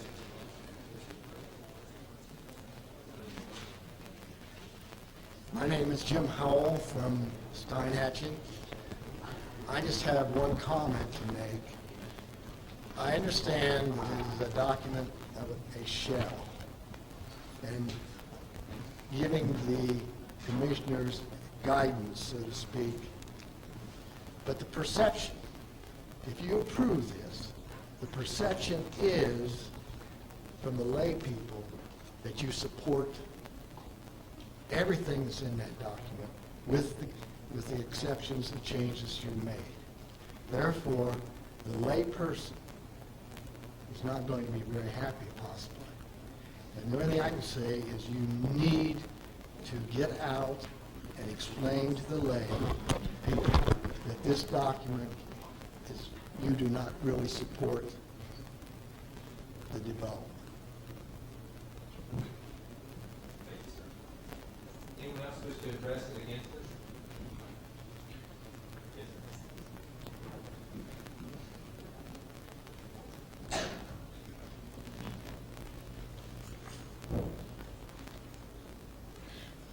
Shirley Shinholzer from Keaton Beach. In the recess, I've been speaking with Mr. Bishop, and I do believe that we need to investigate further regarding ordinance 2005-3 and the wording that is in the current agreement as that is suggested for tonight. In response to that, we did speak, and what I was doing was I was looking in chapter 66 on our Taylor County Code, which is which created the district. And what I asked Ms. Shoulders, I said, where in that particular ordinance does it say that the Taylor Coastal Water and Sewer District has exclusive power to determine or to have all sewers in that particular area? And we looked at section 66, and which is ordinance number 2004-8. And as you know, we've amended this ordinance in its 2005-3, and we don't have that with us right now. And I told the shareholders that I would pull that up and look at it. It hasn't been coded into the Taylor County Code. Jack has seen if he can find it. But I'm on the line right now. I'm looking at the meeting right now. It's not updated with the code yet. No, it'd be, I got it.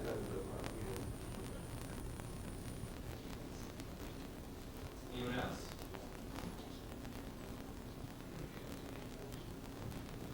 Does anyone want to speak for the document or just show of hands? And we got a lot of letters on behalf of the document. Is there a show of hands, or do you want to speak individually, or how do you handle it? Well, in any way you would like to. If you want to hear from people, we can hear from people. If you don't want to hear from people, we can have the supporters stand up, just so you can see who they are. It's up to y'all. It's at the pledge of the board. Speak forward if you approach the lectern where. Sorry about that. Can I first have David Bacon? He is a actual land use attorney, not like me. He is actually a genuine land use attorney. Can he tell you what the development agreement is, or would you prefer just? I'm a bald-headed attorney and just old and fat, and he looks like an attorney. He's got his stuff together. So I think you understand the agreement is pleasure board. it's up to y'all. I'll do whatever you ask.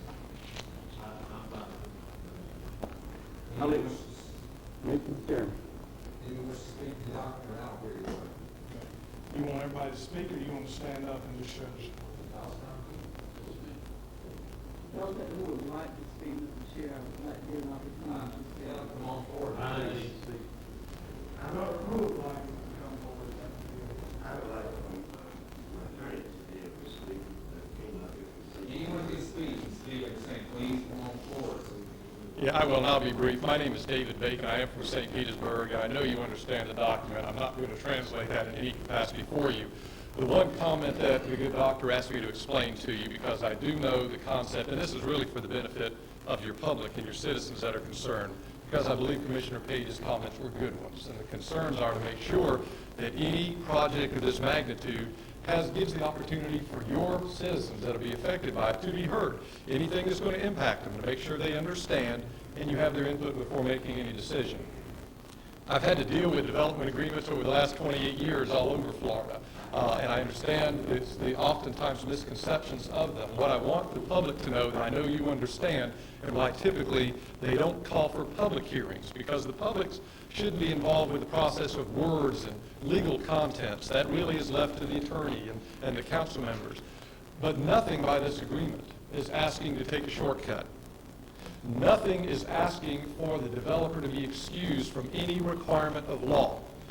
Nothing is asking for so much as one member of the public to be deprived of the opportunity to ask questions and have them answered, to state their objections or concerns and have them addressed, or to simply say they're opposed for whatever personal reasons they may have. That day will come.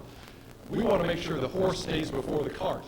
In a development of this complexity, there is involved, first of all, tremendous expense before even the information can be put on the tabletop for your commission to evaluate, your city to evaluate, and the public to address and express their concerns. That costs a lot of money.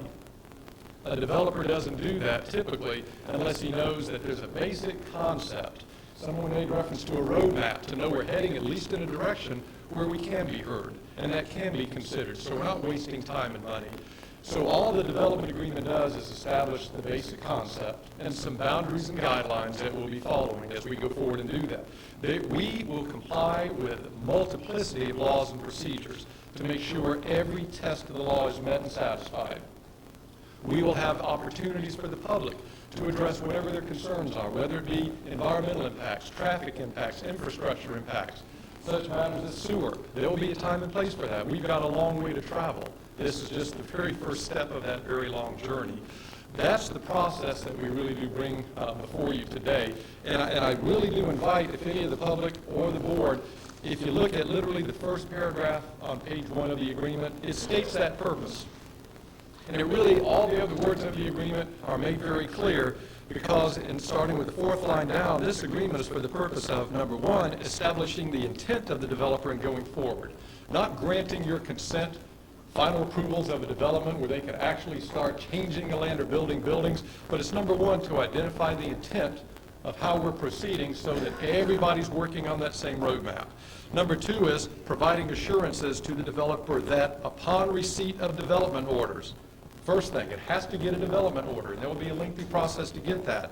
It may proceed in accordance with laws and policies. It's the next protection.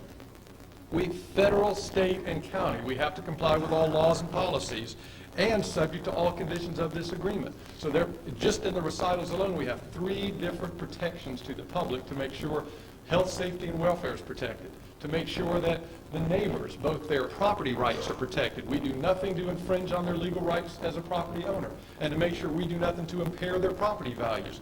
All of that's going to be addressed as we satisfy those requirements.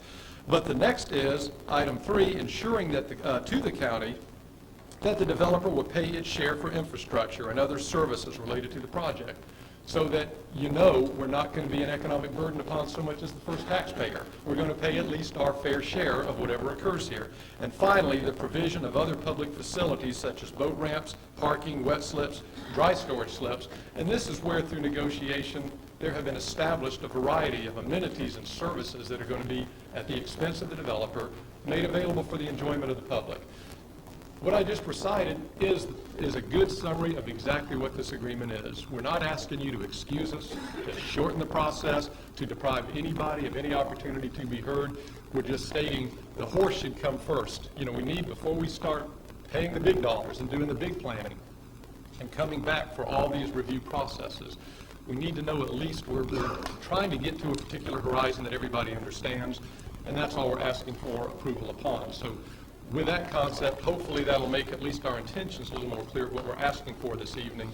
And if I've raised any questions by that explanation, I'll be happy to try and answer them for you. Thank you.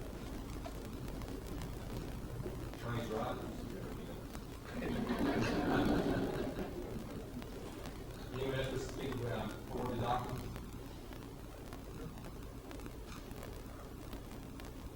Once. Okay. Don't be shy. Don't be shy. My name is Bruce Ratliff. I live at 516 North Orange here in Perry, Florida.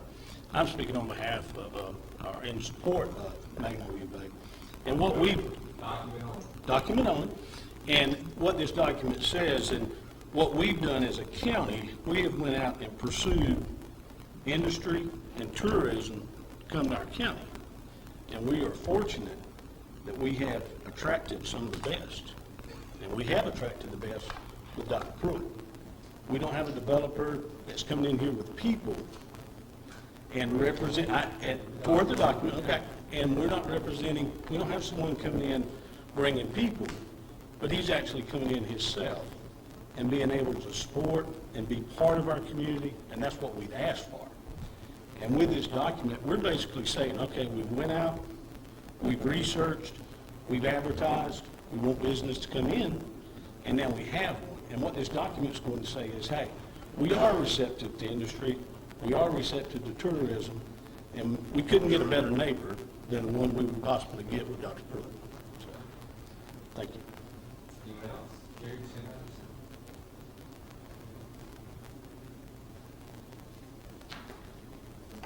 I'm Jerry Cawthon. I live on Seagrass Drive down near the beach area. I had a big speech typed up here, but with your conditions on our comments, that wiped it out.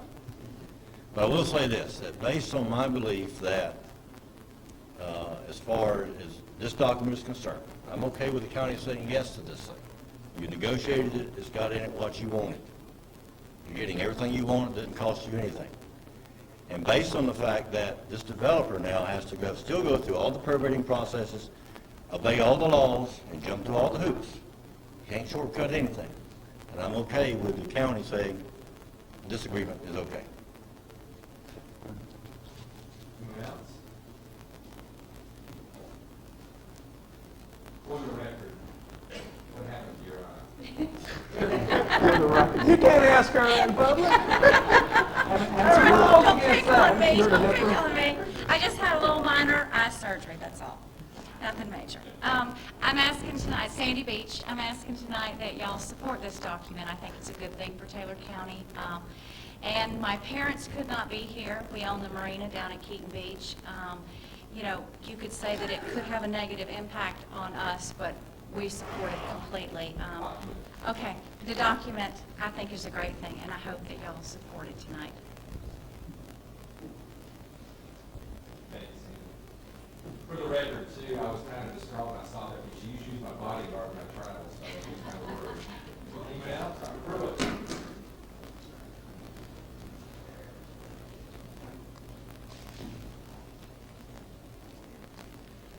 Thank you very much.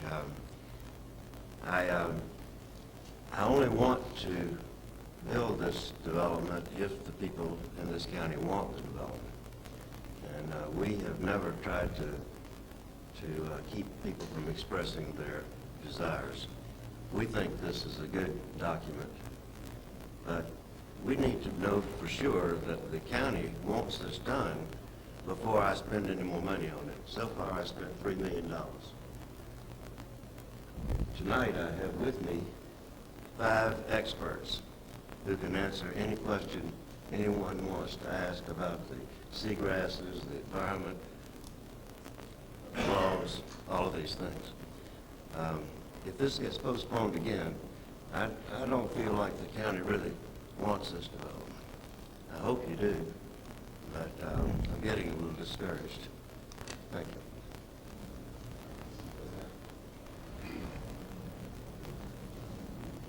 My name is Dr. Ann Rudlow. I'm a marine ecologist. I had a great many things that I had hoped to say tonight, but your rules will not allow that. So speaking to the document, I will urge you to consider this matter from a historical perspective. This is not a new issue. If you go back to the 3rd century BC in the Roman Republic, and any of you would like to Google the name Gaius Tiberius Gracchus, and the phrase ager publicus, which means public lands, you will find a fascinating story of a very similar situation over 2,000 years ago in which the officials that were in charge of being entrusted with the welfare of the public lands had to deal with these same questions. So again, please look into the question of who was Gaius Tiberius Gracchus, and what were the ager publicus? Thank you.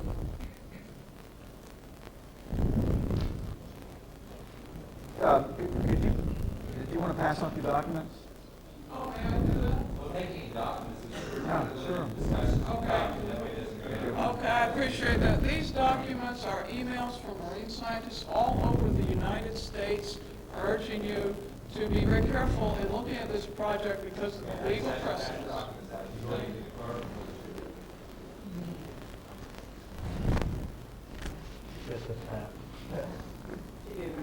Oh, okay. Anyone else will speak to the document at hand? Anyone with questions? Anyone here?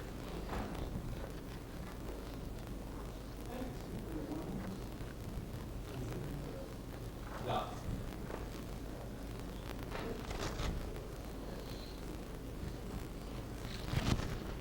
My name is Ken Hutchins. I live at Fish Creek Highway, south of Keaton Beach. This document that has been presented to the board this evening by Magnolia Bay is very informative. I've enjoyed the discussion. I've heard a lot. I've learned a lot.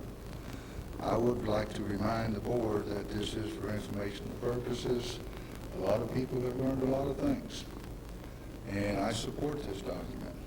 But I remind the board that Dr. Pruitt and his group has went out of their way, informational-wise, more so than many developers in this state will do. And this is just another part of it. He's given us more information. We go back a year or two, whenever this project first came to light, we were given information. People have been given information continuously, which I think is an asset. And this document is just another step in that direction. I support this document. I ask for your approval of it.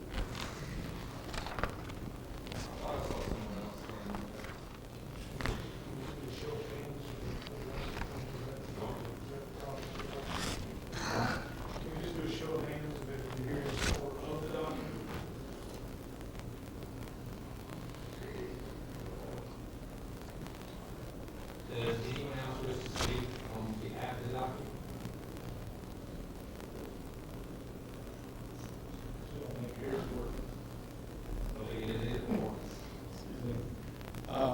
Excuse me, my name is Martin Brooks. I'm here on behalf of Citizens Bank of Perry, and I believe you've received a letter from us basically supporting this project.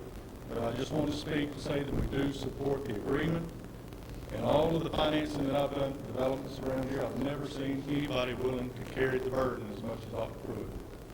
And for that reason, I got to give him 110% support. Thank you. Did the board receive all the letters? What is the pleasure of the board? Make a motion that we accept the agreement with the changes as stated tonight. Second. Motion to accept the changes, seconded by Commissioner Brown. One question. Dr. Pruitt, we made a few changes to this agreement, and you okay with those? I think so, but would you enumerate them here at the meeting?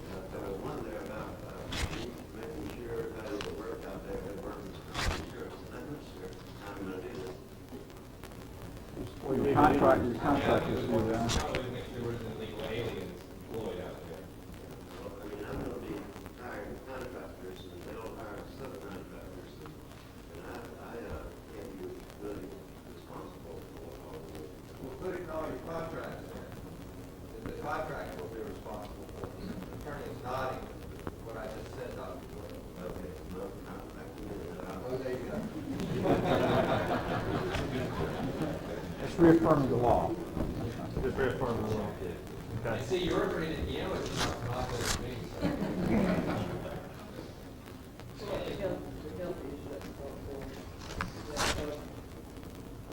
Jim brought it, you sure about the health?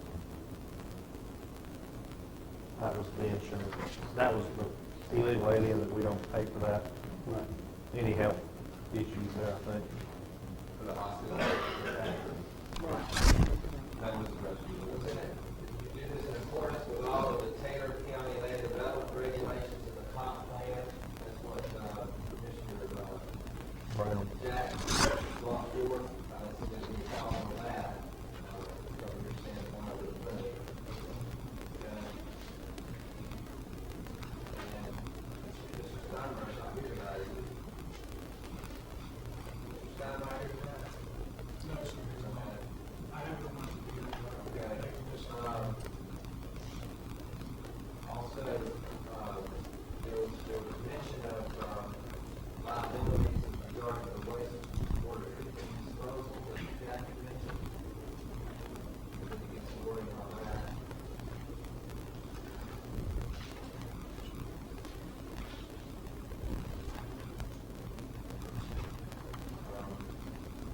Developer would assume all liability for the inspections.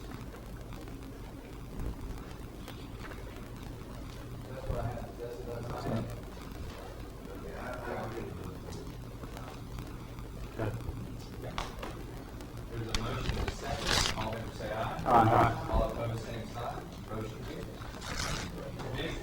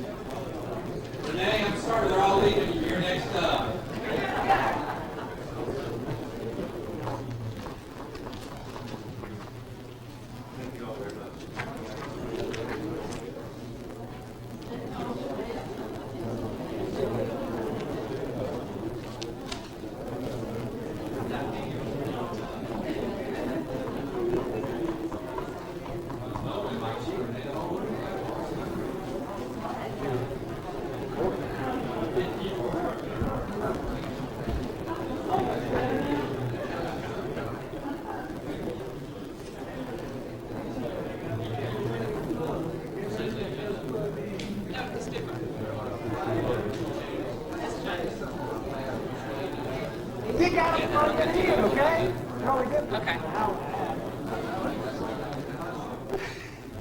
that all the public's gone, I'll tell you that while you're doing volunteer community, Renee makes a great part of this. I work best behind the curtain, though. She's a good backup. Well, thank you very much. Okay, as you know, we still have the issue with the Steinhatchee 911 calls going to Dixie County. Hang on.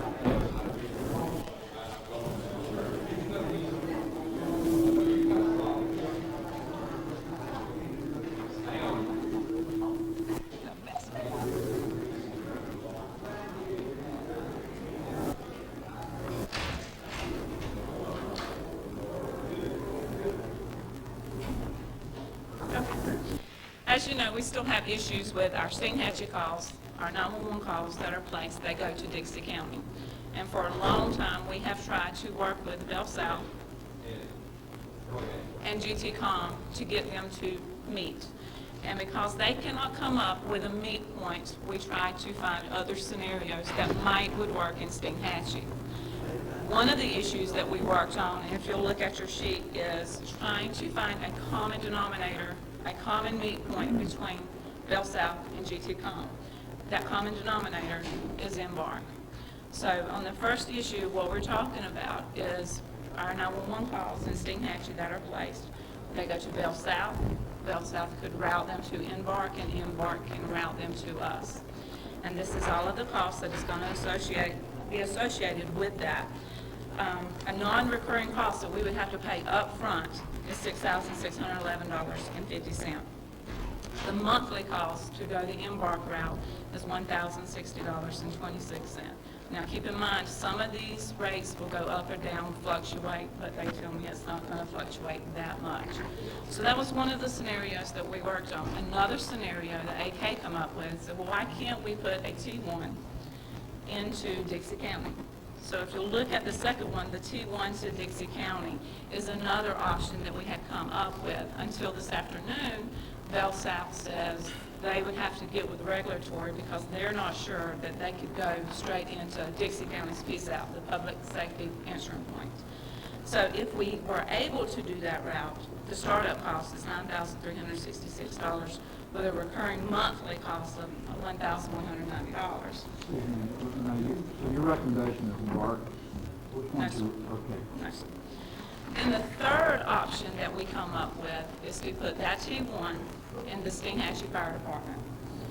And from there, those calls would get routed to Taylor County, and it would come to our PSAP with all the information that we need.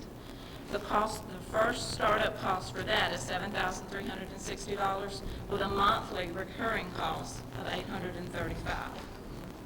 Now, if you look further down, it has the total cost for the year, and the yearly cost total for the first year, if we went the Embark route, is $19,334. If we went Dixie County, which right now we don't know that we could go straight into Dixie County's PSAP, and it's going to be over $23,000. If we went to Steinhatchee to the fire department and put the T1 directly into there, it would cost $17,830 or $380. Now, you factor in what we get from Bell South on a year is roughly $7,500. So that brings down our cost to the county to $11,817 to go the Embark route, and if we go the Steinhatchee route, it's $9,862. Recurring cost? Now, for the second year cost, I apologize, I didn't put down, these numbers for the second year are the total cost. It does not take into consideration what we get from Bell South. So if we looked at just that from what we get from Bell South that second year, because we're not going to have that equipment that we have to buy, the recurring cost for that second year to Embark is $5,233 to the county, and through Steinhatchee is $2,570. Let me ask you a question. Great presentation. Appreciate you bringing the options out early. One question is, if the Embark system goes down, what's the turnaround time for getting it up, and With is Embark, there any additional cost for maintenance? with Embark, they said no, that it's not, and it actually goes through GTCOM So it is a turnaround time that I really can't give an answer to. Now, if we went to Steinhatchee, our maintenance goes through AK Associates. They have a 2-hour turnaround time. Okay. And the equipment that we have bought, or would have bought, and put in Steinhatchee is covered under that maintenance Okay, agreement. so this covers all the maintenance agreements and stuff. Yes, sir. Motion to approve out of the contingent fund. Second. The Steinhatchee T1 option. Motion by Mr. Branson. We're going to discuss. Now, this option that you made the motion on is to out the 911 calls from Yankee to the fire department from Yankee. Correct. Yes. They go, when a 911 call in Steinhatchee is made, it goes to Bell South. Bell South then comes back to Dixie County. What would happen, when I say Dixie County, I say the Public Safety Insurance Point, which is their 911 system in Dixie County. What would happen if we went with the T1, it would go to Dixie County, they would route it out, and it would go into our Steinhatchee Fire Department to the T1, and from there comes over to Taylor County. It's an automatic feed from the fire department, right? Yes, sir. With the equipment that'll be installed. Yeah, there's not somebody sitting there. That was my question. Yes, sir. There's not manpower sitting there. But on the other hand, in years and years to come, as Steinhatchee gets so much bigger that we would need a public safety answering point, we would have equipment there that would be able to handle that. The other thing is that we put additional people on there, and you can always find a T1 for services and stuff. You can do a lot of that over We can do a lot of T1 will help us later on. We might even, look at, can you provide T1 services? Maybe you can explain that, seconds, don't need It's not really a whole lot of seconds. questions about timing, number of seconds. When I asked them, they said that it's milliseconds. Right. Yeah. It's probably T1. 5 MP5, 5 milliseconds. I was talking about the present situation. This is just to take care of. This is what I'm interested in. It's one way. I'll call for the question. Ms. Page, you got a question? So if we go the route with Steinhatchee, I have an updated letter of intent that has to be signed by Bell South, and the difference in the letter of intent is the address of where it goes to. Now, they have the Steinhatchee Fire Department listed as a PSAP, but that's the only way that they will do it. It makes no difference to them because it's going to that T1, it is okay with them, but their definition of a PSAP has to be primary PSAP. They would not rename it for me. I tried to get them to rename it, and they wouldn't. Okay, Conrad. Any issues there? Go for it.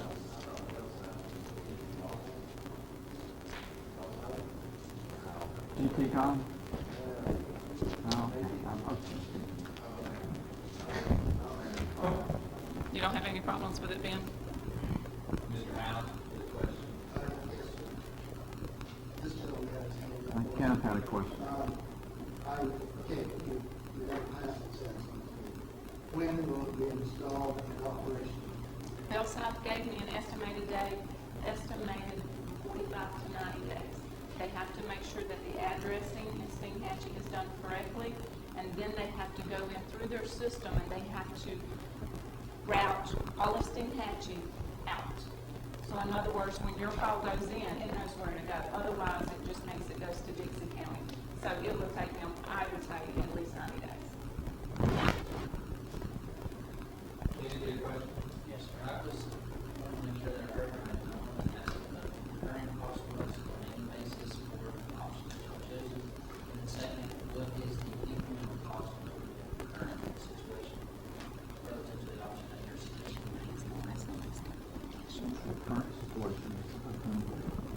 Current situation, we don't get the service.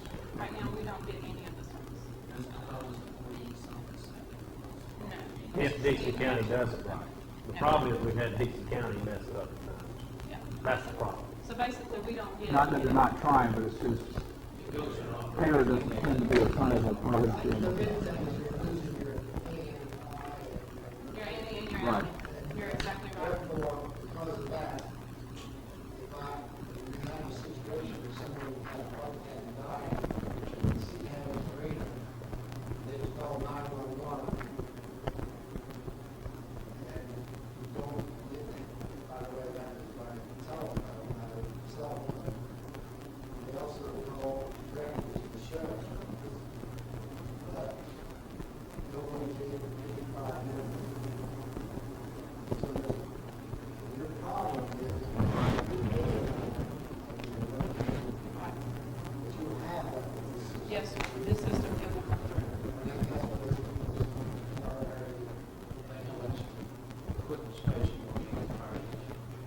T1 is not very good. It's like a server, It's like where basically. your telephone lines can come in. It'll be fine. You want to- For this year? For the first, for the first year with the equipment and everything. Now, next year, when we don't have to buy the equipment, and after we factor in what we get from Bell South, it's $25.70. For the- 2,000. For the month, yes, it's $835 a month. $835. No, I'm talking about for the whole year, that's what is over what Bell South pays us. We get $7,500, roughly, a month or a year from them. So we would have to put in additional $25.70 to cover all of the costs. So it's $835 a month. And then the $25.70 is just after you factor in everything.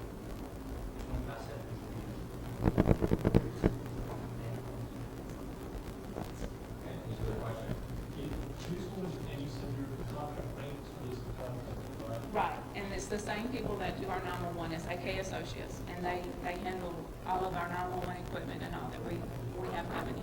And in the future, if the county sees a need to utilize some of that, that means they give them insurance. Yes, yes, because it should, it's considered a county. Yes, and we're hoping that we can use that T1 to set up more things for the guys at the fire department as well, but that's just to come. One more issue, county attorney's on, so we're not bidding this out because it's sole source? Or is it sole source? With AK Associates, and they would be sole source. So if we went through someone else, we would have to, they would not cover it under our maintenance contract. And that's what we were trying to do, is to get AK Associates to be able to continue to do the maintenance on this as well, because it's going to be equipment that we have.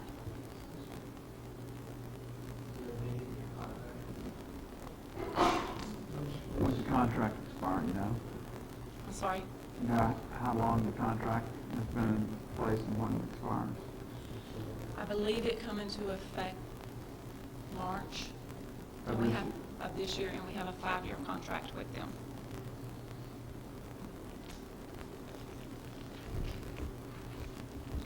And this, with, Yeah, we're gonna need to. okay. I thought we were trying to go. So that's Only why thing you can do, I think that made but most of them to amend the contract. second. Yeah, already. Any good discussion? And take it out of Continue, general publication. There you go. All in favor, say Aye. aye. All opposed, same sign. Renee, Only 90 days, we'll have. wherever you come and get that done, I want party hats, I want blowers, we've been trying to get this done for 10 years. Oh, much longer than 10 years. Has it been longer than that? Yes. Yeah. 28, the board review acceptance and greater road standards presented by the county closing official. Motion to approve. Second. I got a question. No, we skipped around it. The second, question, go ahead. Okay. Ken? I don't remember where I put all this stuff. What number is that? 28.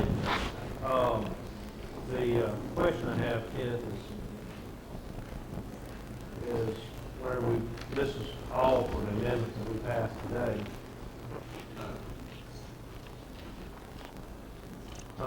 This is a, Go along with Amendment 06-4 we passed October 4th. correct. It's along with what? Amendment 06-4 we passed October 4th, it was tabled on the planning board, and it will be held in public hearing at a later date. But it dovetails into the 15-acre exemption, basically allowing where you don't have to put in a paved road, basically, whenever you're doing rural development. The question I have is the stabilization, you got 30 there, is that correct? That's correct. Well, what's, I reckon the thing, how much lime rock have you got to put on that? That's a fairly open-ended question. It may be, the answer could range from anything from none to, if you had very weak clay soils, you may have to put 5 or 6 inches worth. But what you typically find in Taylor County is an LBR ratio that's around the mid-20s. So and that's very typical. You have stronger soils in some areas than others. So you may see a need to come through and have an inch of lime rock put in there, stabilize that roadway, and then shape it for the proper drainage. Tell me if I'm in Cooktown grade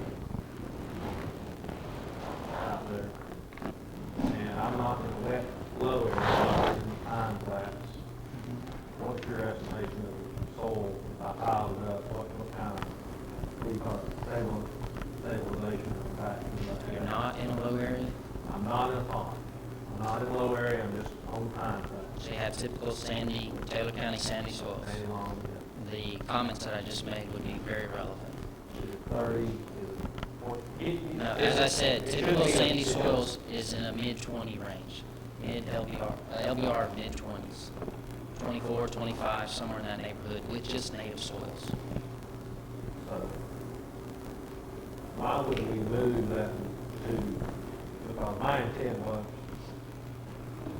that's basically the paved brook on those kind of roads, and they suffice to do that. I understand put lime rock in both places. We're just on typical flatwood, when I'm home, Well, what they've sufficed as is you wind up with the 2 rut roadways is what I'm familiar with, not the improved ones. And even those that have had grading activity on them, you wind up finding that those roadways are not substantial enough to stand up to repeated traffic levels. And that's what we're talking about here is these roadways that we're going to be using within developments that are being subdivided. Now we're going to take an increase in traffic over these roadways. You're finding that native soils will not stand up to that type of traffic. You wind up creating soft spots. Those soft spots create potholes. Those potholes wind up getting knocked out. They create water areas, and then it becomes problematic and it grows and progresses. That's why we've given you a standard that is an LBR of 30 that provides sufficient strength. And this is on the bottom end of it. This is not what I would say is the optimum choice by far. This is what we arrived at from trying to go from a hierarchical approach of saying we know what we want when we're looking at a paved road standard. We know when we peel that first layer off what we want when we look at a lime rock standard. There's something less than that that we need to do when we lessen the traffic and the impacts of that, quite akin to the density development that you're talking about before, where you've got very intense development that requires us paved roads. We're starting to go down and down and down and be less dense. We should follow that same format on the roadways, and that's what we've given you here. We haven't gone to the fact of saying, use that 2-rut road, blade it off and leave it like it is, because we feel that that type of roadway with the traffic that is now going to be brought across there is not substantial enough to take and withstand that repeated traffic load.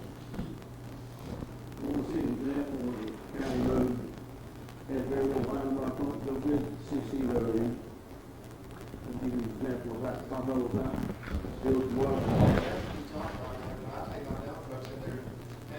You can't get out? Break out another spot, and you got to patch that spot, and that's why. You gotta follow it up to it, back out. Supposed to roll it up to it. I mean, if you want to see an LBR 40 road, anytime we have a construction project, what the material is before we place a lime rock on it, we put an LBR of 40 requirement, very consistent with DOT's guidelines. That type of strength will allow you to drive your truck over it. You will see the imprint of the tread, but you don't see it yielding or giving way under the weight of the vehicles. We've taken it back off from that standard. We've gone to a 30 versus keeping it that 40, because I would have liked to just said, peel a layer, whatever's left underneath, that's where you arrive at. Well, we went one step further and said, we're going to have a cost consideration in this. We're going to peel these layers off, but then we're not going to quite make you go as strong as you would have if you'd have just used the LPR 40.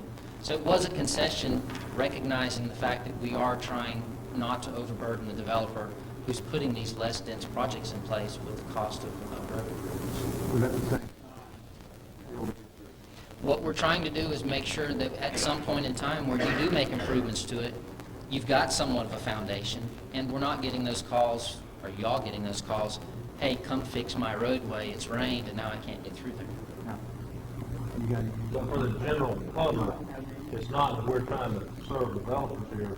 The key is we just took a loophole out of the Taylor County Code tonight. Absolutely. Actually, we just took it out, and we had some development going on that probably wasn't paid for the constituents. And so what we're doing is we're trying to balance that.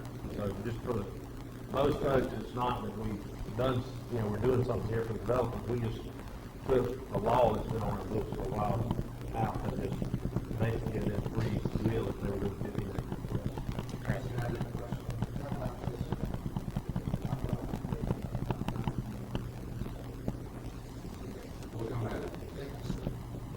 What does LBR stand for? Line rock bearing ratio. Land what? LBR. What is LBR? It's load bearing ratio. Load bearing ratio? Sometime I'll let you teach me how you calculate it. Yes, all right, excuse me, yes, sir. It's a pretty extensive equation. Call for the question. All in favor, say aye. Aye. All opposed, same sign. Motion carries. I'll address this for a second. I appreciate what the commission said about the 911 and the behavior. There's another step. We must remember. We need to correlate following numbers with addresses. And that's been done manually. Or send actually in the service areas are done. But people receive their telephone bills. Hang on, Andy, what you say? It's already been done. 911 answer system, and that's what we can do. Can do with that. That's not what it is. So they all wants to be done. See, it's done already. It was done once already. Any other education? We're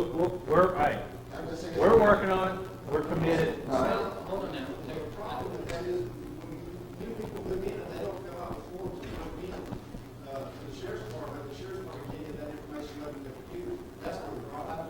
I realize that step has to be accomplished before. Sounds like you're getting the help us out to get that done. I'm more than happy to go to every church in town, every school. I'll help with this. So that's how we get things done. The citizens are involved and we get the thing moving. Number 30, board. Motion to approve. Second. Motion from Commissioner Brassey, by Commissioner Baker, all in favor, say aye. Aye. All opposed, same sign. 31, Commissioner Lefebvre to discuss adopt a highway on county road. Motion to Commissioner Lefebvre for the Solid Transportation.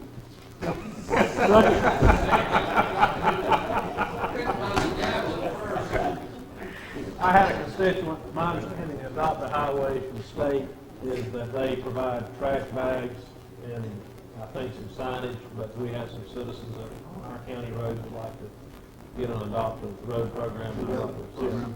Pardon? We do have a program, right? The Chamber of Commerce. It's in the chamber. It's not adopted park yet, we weren't in that. Pardon? It's like we had that adopted park, you remember that we had some issues with some years ago? Okay. I didn't know they had the roads too. They do. Okay, so there is a program that is being non-Taylor? Okay. She's out right Yeah. However, Mark Press is here to tell you, you can be like example like Mayor and I did. I clean up in front of my property. Except mine don't say. There's a lot more traffic in front of it. This Pat, oh, I'm sorry, Conrad, clear your desk. This Pat, clear your desk. I just think everyone's not gonna work with this.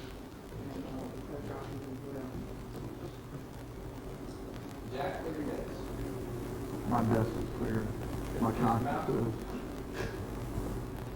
Clear my head.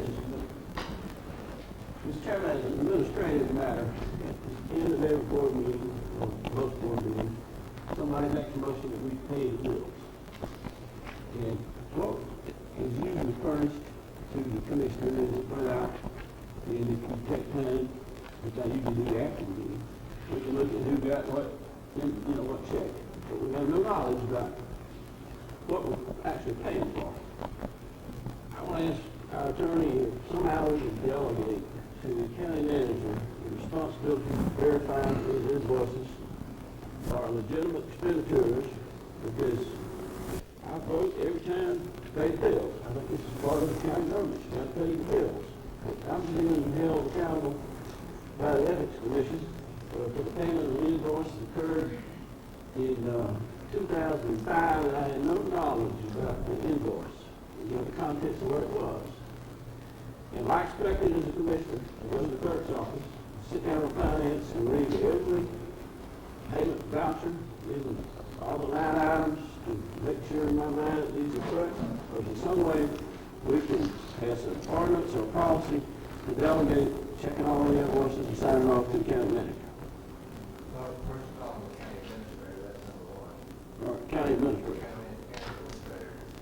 Well, I kind of use the term synonymously, and I know there is a legal distinction, so Well, forgive the me. reason I said that is because we did pass the ordinance pursuant to the statute, calling it a county administrator. And that's just for clarification purposes, but there is a statute that says what his or her duties are. fine. But I think you've got to review it, but I think what it says is the board of county commissioners still has to vote and approve contracts, and even though the staff reviews it, or the county administrator reviews it. I think part of, isn't that your recollection? That's my recollection. I remember, there they are right over there. No. Yeah, they're right there, they sat there, and Gary, when are the bills actually assembled for the meeting? It's like a day or two ahead, or a day? The day of. So I was not, as much a matter, have time to go down and review the bills before I actually vote. Let me ask the question, and maybe clarify in my mind is something about it as well. The clerk reviews each one of the bills to make sure they're proper, and what she normally does is flag anything that is incorrect as it's pulled. Is that not correct? That's right. Let me tell you what happens, in the problem that Robert's talking about. The gentleman I represent another county that's smaller than this, and they have several businesses, and one of the businesses there is owned by one of the county commissioners, and they do business for that, and of course, he needs to know about that particular bill, so he doesn't vote on that bill. If they vote to pay the bill, he abstains from that bill. And, it's the only way to do it when you're in such a small community. And that's where you get into a problem, not necessarily, but you can see what I'm talking about. If you lay that responsibility on someone else to do that, you still be responsible. Ultimately, you're responsible. Well, I reckon, I'm totally away with it. Okay, I'm going to vote no on paying the bills tonight until I've had an opportunity to come. If it takes 3 days, I'm going to look at every bill in this stack. well, here's, well, That does not have the information on each item. I do take time to look at it. I'm looking at them already. this is, basically you want to check and balance. And I'm where Mr. Page is. I love to pay the bills. I look at it sometimes and sometimes I don't. But my understanding is that we have department heads signing off on these bills. And so, City of Tallahassee, I'm sure, if you're telling me that we have to approve those, and I don't understand why I do, because like at my job, We give authority.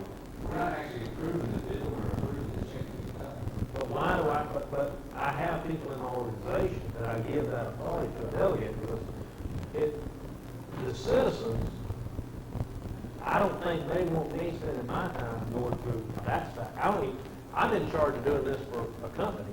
Literally, I'm one of the people that my organization does all this.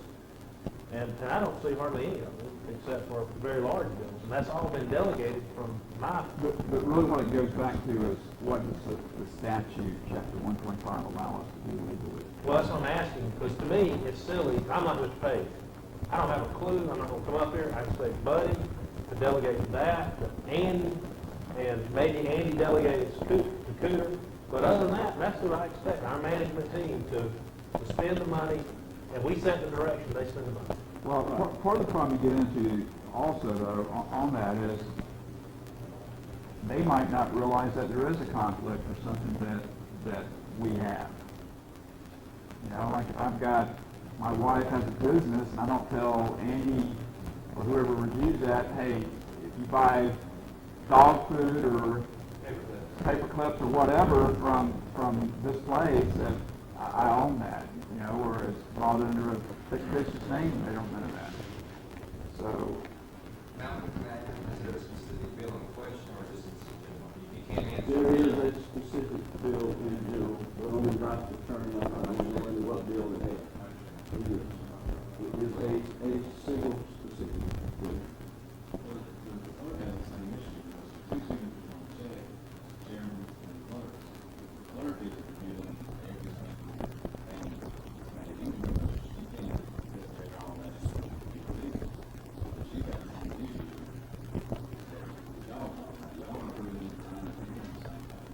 There's a check and balance.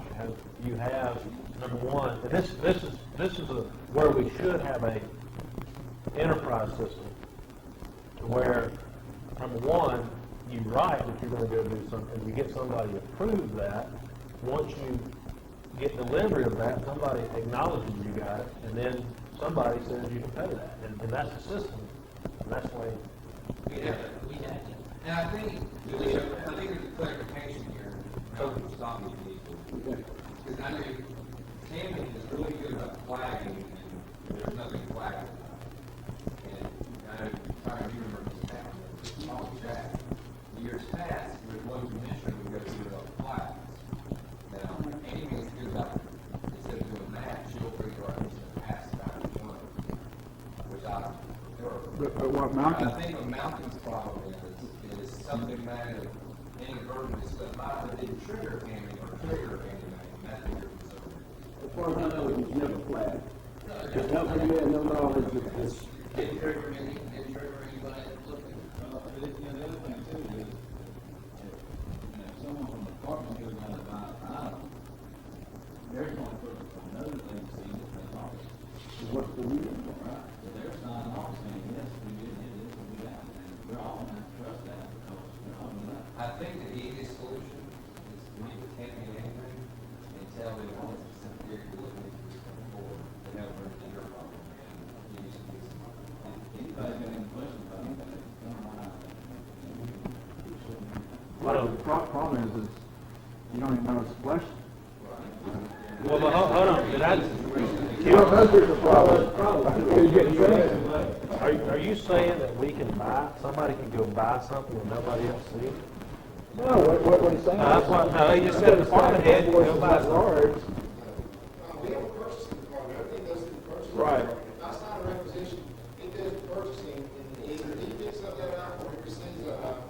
And Right. somebody's outside receiving them, not me. Right, I heard something different than that. That's what I expected to hear right there. In other words, you have somebody, you can't go get it No. personally. Okay, that's what I wanted to hear. The purchasing manual is in, you know, it's set up in accordance with Florida statute, it's got checks and balances in it, and, you know. Signed off. But, Are you signing off? So now we're looking at each invoice. Every single requisition, everything we buy, I sign a requisition. And I don't think that's Malcolm's concern, is Malcolm? No, not my concern. My concern is, and not only we have a responsibility because I wrote yes to pay the bills, that if something is found wrong with a single invoice that we approved a year ago, that the problem, that I have to be held accountable for it, and go hire a lawyer and defend myself because I voted yes. All right. And I'm not gonna go up there and pay any more bills until I've written every single one of them. Oh, yeah, 3 votes are okay. That's okay. So, Madam Minister? No, this is goes back to the case that Malcolm were involved in, and that's all. Thank you. Any of your business now? Nothing. When are the bills, when are they available to, The day out. the day off? So each of us can come into the office the day off. Right. I've got them first, and you'd have to wait till I got through with them. I started, I got it today just a little bit before lunch. And you got nothing to do the day of except review them, right? That's all I I mean, there's nothing else you got going on. Because we're putting the bills the month after. No, because somebody paid check. You gotta exchange your papers early too. You want to get voted out. All right, please, next. Appreciate the staff and appreciate the things y'all do. I think sometimes you get some trying times and the last 2 years we've had them. So appreciate what y'all go through and really appreciate the folks, Melanie, and I know I'm going to leave others out, Mr. Stanley, and everybody that worked on the airport. Ms. Rhoda made a comment to that. And, you know, it is nice to see a project start, accomplished, and we did that. It took several years, but I appreciate the staff efforts there and support. Buddy, you hear, I know y'all were researching, you hear find on that road down to Stingham? On the road where Andy goes that way down the road, Yeah. I had a chance to talk to Mr. Mitchell. I didn't know that till I talked to you, but the owner of that. I found out the day after you, I wonder if you got, I think he's in North Carolina. Yeah, my dad called me, and he was up with him. He's a bluegrass, that's all I have. Buddy's gonna cover what the Ridgeway wants, I think. Here, He's gonna buddy. Kenneth? You notice anything else outside? That's the full.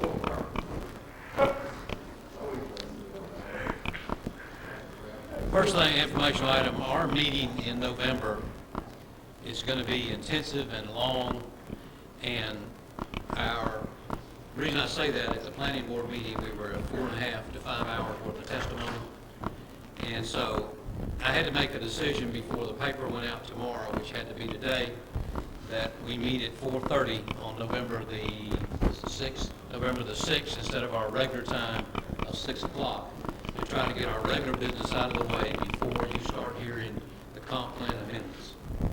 I don't know that you'll have 4 or 5 hours of testimony. I just suspect you will, and Danny will probably agree with me on that. And there's no other way to do it. We had to advertise, that actually starts at 6, the comp plan amendments on the power plant. So, Can you set some ground rules for Darryl? Do we want to limit that to 3 minutes? How many showed up? 50 plus. they were Well, when we did the, I mean, it is normal procedure to set a time limit on how long people can speak. And, if you look at,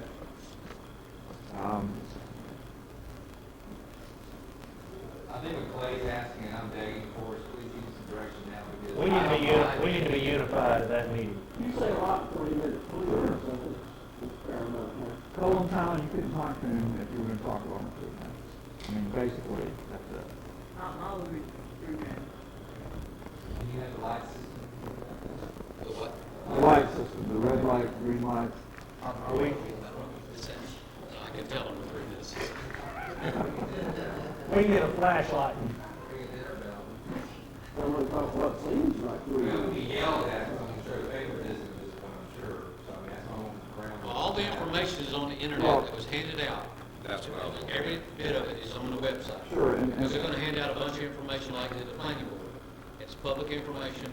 We put it on the website, so you have an opportunity, if you wish, to read what they handed out. Sure, what we gotta make sure we do is you're absolutely. That's on the website. 3 minutes, it's 3 minutes. All of it's 3 those minutes. documents are on the main page of the website, listed under concerned citizens, submitted documents. It was letters and information. And it's 150 I mean, if you're gonna give somebody longer than 3 minutes, you got a problem. We put everyone that we had in our hands on the website, Well, they're all our friends. so that you can review them prior to the meeting and, hopefully that'd be. Now, those are documents from both the opponent and from those that represent. Where, you said it's on the main webpage? Right, now, if, is it gonna be 15 minutes to give an overview? Okay, so you're saying it's 3 minutes to provide all the information, and we're gonna get. Power plant had an opening and a closing, and the people that were against it had an opening and a closing. Right, and I mean, that's what you may consider is, you know, if, I think that's consistent across the board. No. Yeah, but you gotta be consistent. And is the board allowing us way or your time to give you time to somebody else, or is 3 minutes? Here's the problem you got, is if you're gonna start wavering, you know, I mean, I think you say 3 minutes, 5 minutes, 4 minutes, whatever you wanna do, but to be consistent. You start saying, okay, we wanna hear a little bit more from you, then. Are we gonna let them yield time to somebody? No, you're not. They're not even gonna say it up to 3 minutes. You don't wanna speak. Right, I understand, but I don't want someone to come say, this person's gonna speak for me and I'm gonna speak. It's per person. I yield my time to. But you're still talking about if you got 50 people want to speak in 3 minutes, that's a lot of time. Hey, that's what we get paid big bucks for. Oh, yeah. Right. All right, next question, buddy. Received a letter from the city of Madison, Board of County Commissioners. Well, it's actually not the city of Madison. They wrote a letter of correctional code plan and training. I'd like you to read it. Let me know if you want to comment on it. I got it. Already got it.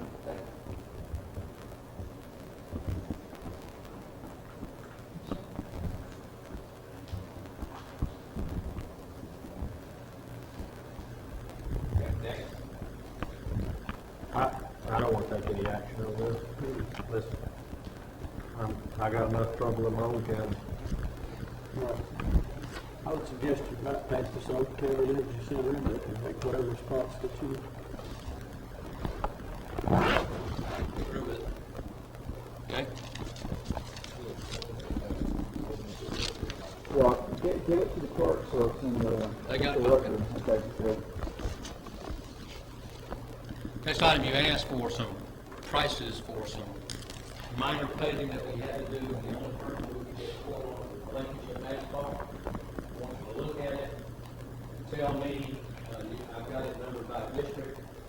You want to spend that money to repair those places that you've indicated that you would like to see done. If you do, I'll go ahead and proceed and authorize Andy to engage and make it happen. Make a motion. That comes out of your secondary road paving. Now, this is the fix, the intersection. Right. District 4, J, on County Road 14. District 1, that's the intersection of Hosteen, Woods Creek. That's right, Paul Popple, that whole mess right there. The vote is aye. You could, I guess you're gonna do it as individual commissioners, or are you gonna do it? Well, it's, right now you got district funds allocated. So- No, not all the district funds are not Hang on out. 1 second, guys.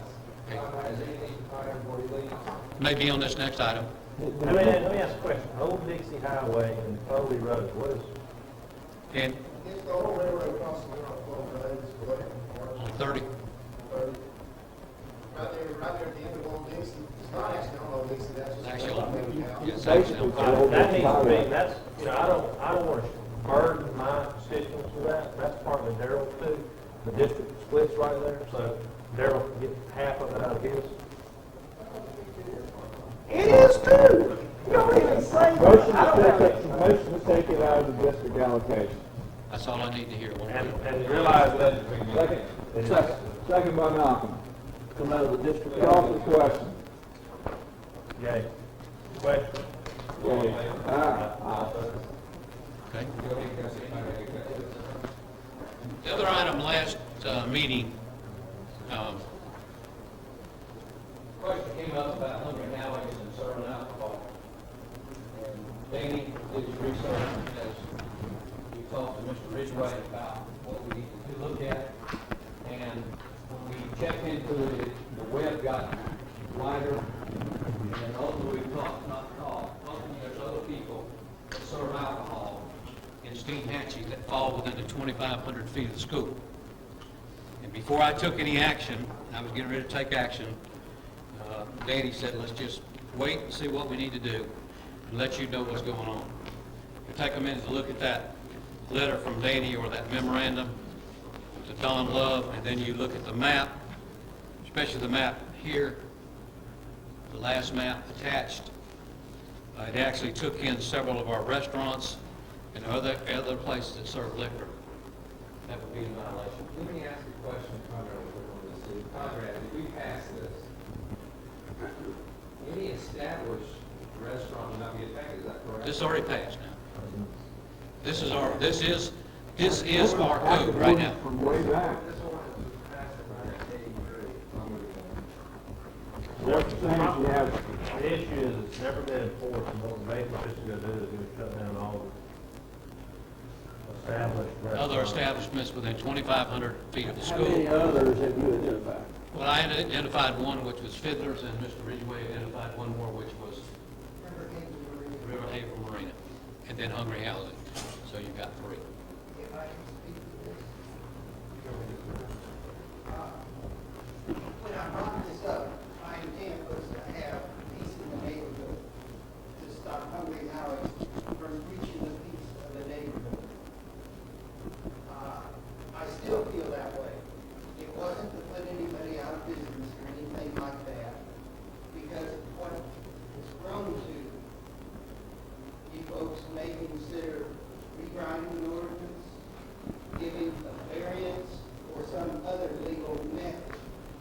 If you choose to do one of those, I would hope that you would consider putting in a penalty clause similar to if the establishment reaches the peace 2 times in a month or 4 times in a year, their alcohol license becomes void, or they have to turn it in. That would solve the problem in my neighborhood, and it would not affect a business that had consideration for their neighbors. Thank you.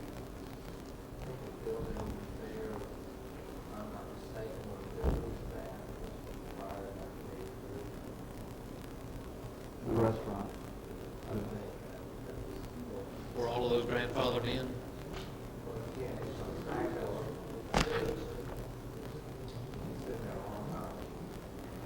And River Haven's been there. What you have to do is you have to. No, Fiddler has, but he just, River Haven, the marina, they just opened up a tiki hut. Great barbecue there. Well, is it really, so the problem is if Fiddler's can serve alcohol, it's not serving alcohol that really is the problem. The serving of the alcohol is what you're using as a tool, possibly because they're disturbing the peace. I mean, the real complaint is they're selling alcohol outside the facility. You've got loud noise going on, keeping people away. So if they sold alcohol inside and they were quiet, would you have a problem with them serving alcohol inside and being quiet? Probably not. Okay. As long as there's no breach of the peace in the neighborhood, I have no problem. So it's the breach of peace that is the true issue. That is the true issue. Okay, needs to be addressed, but the problem is that we also need to look at the ordinance. You know, how many other places is this violated, and do we need to clean up the ordinance in some way? Well, Conrad said that they're grandfathered in, problem solved. But Danny and I did our research, we just didn't know that they would have been grandfathered in under the issue of state What license. Jack is saying, I think, Mr. Ridgway, he just wants the problem solved. He wants to be able to sleep at his house and not be Here's what I'm disturbed. We saying. all understand that. Hungry Howie's went and got their alcohol license in good faith. Right. Okay? Nobody stopped them from getting an alcohol license. You really don't care whether or not they're serving alcohol, as long as you're not harassing kids and setting up a problem. The problem that you've got is that you're being loud and obnoxious in a residential neighborhood, basically. It's not residential. Okay. They're all zoned the same down there. Right? Next use urban, right? It's mixed. Yeah, Next this, use urban? Yeah. yeah, this is something that I would expect our next county administrator to work on, is how we make the next step. We, like Steve asked you, we've got to get it where we have zoning. I declare a conflict. I can't take part in this discussion anymore. I might say that there are some religious factions in the state actually that support this ordinance. Some of them have found out about it. They voiced opinion, and I'm sure if you're able to do this as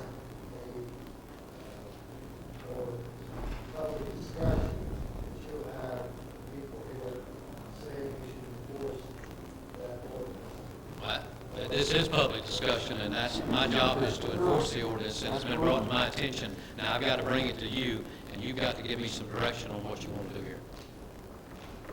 Well, let's look and see when that restaurant was built, that may be the first issue. Well, the other issue though is, was the original restaurant, and the original restaurant had a liquor license. It did. Yeah, I don't know. I was,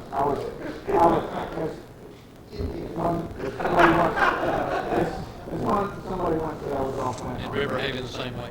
I was off my Harley like somebody. But you're sure about grandfather in? Remember, I'm not, the 1983 was when the ordinance was passed. I think that place was built prior to 1983, but I do not know that for a fact. Oh, it was. It was. I'm sure it was. It I was. mean, you know, time passes quickly when you're having fun. So, Of course, we were on a lot of these towns. All right. my battery went out. No, I mean, we were on our property records. Oh, yeah. Okay, so, the guidance for Buddy is, let's check and see if it's too good to take a real hard look at it. Built or liquor license before that. Just by the building there, they never need it. I will tell you that I'm 95%, I'm never 100% sure of anything, but I will tell you that I'm 95% sure that the building was built prior to 1983 and it served liquor as soon as it opened up. But I'm referring to the other two. I know you too. Yeah, I know you're referring to River, whatever it is. Riverhaven. So, as far as Hungry Howie's is concerned, that we need to put the ordinance to them and have the state revoke their license. They are in violation of our ordinance, and it hasn't been built since this is, that's what they're telling us. So is Riverhaven. But I'm just dealing with one right now. Well, but you're gonna have to deal with both. You can't just, you know, what you gotta do is you gotta find out if, you know, because you gotta complain against the other, but if the other is guilty, then you're gonna have to deal with both. You can't just selectively, I understand that, but the answer for one is the answer for both. right. If it's grandfathered I want in, you to know what I need to do. is there a penalty clause in the ordinance? I know, I think they just revoked the license over there. We notified the state every day, license will be revoked. Yeah, there's not a penalty clause that I'm aware of in that particular section of the ordinance. But we can request the property be correctly rated to the full license. If the board so desires. That's what the answer is. Anything else you have?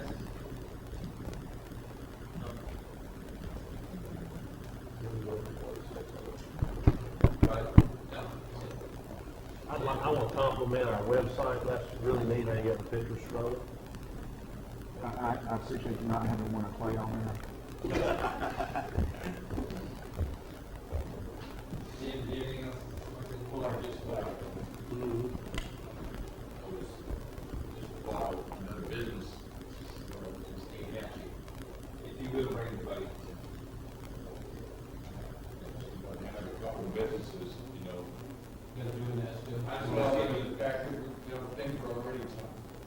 And I have to enforce the ordinance, so that's why I built this board. It's all upon this board. you can bring your own if you don't serve alcohol. You can bring your own. No public consumption. That's what I'm. Public consumption. Public consumption is what this is dealing with.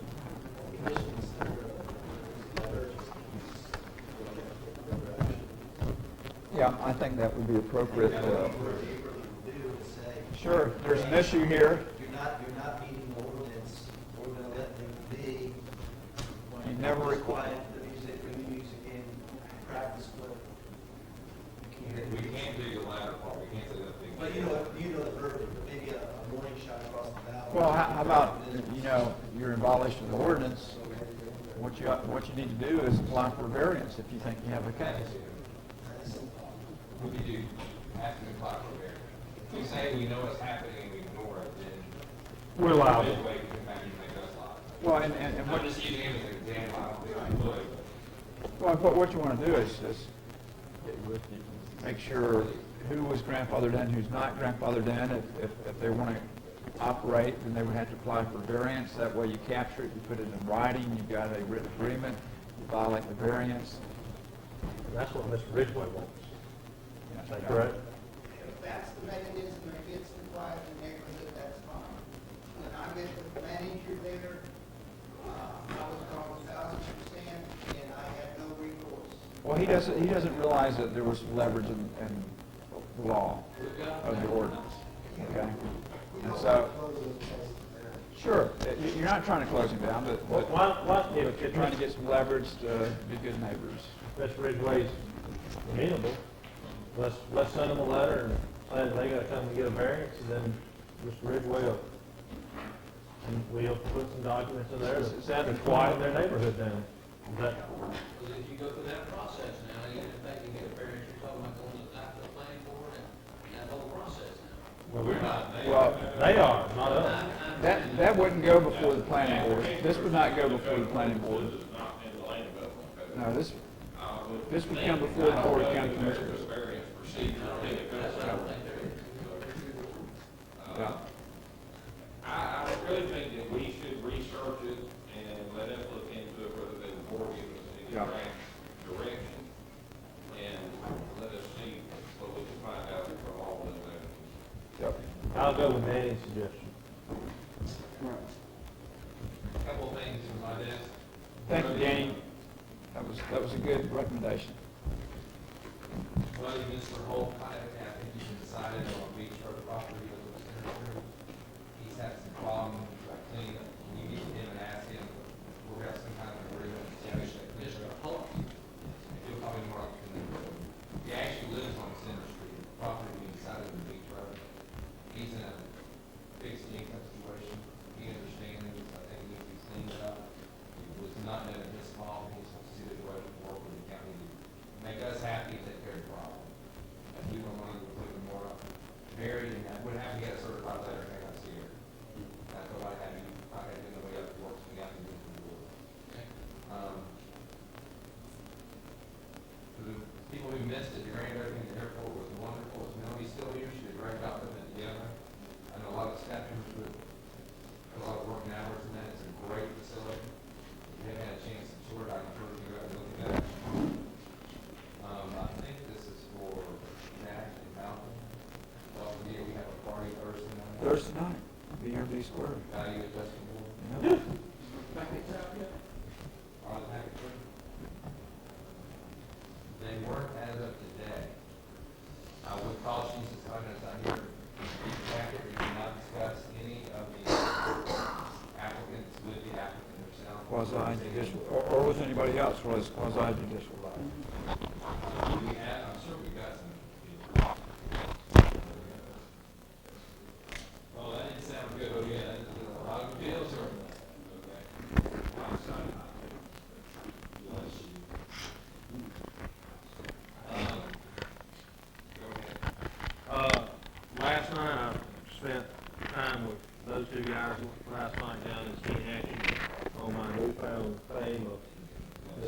Natchez Water Board.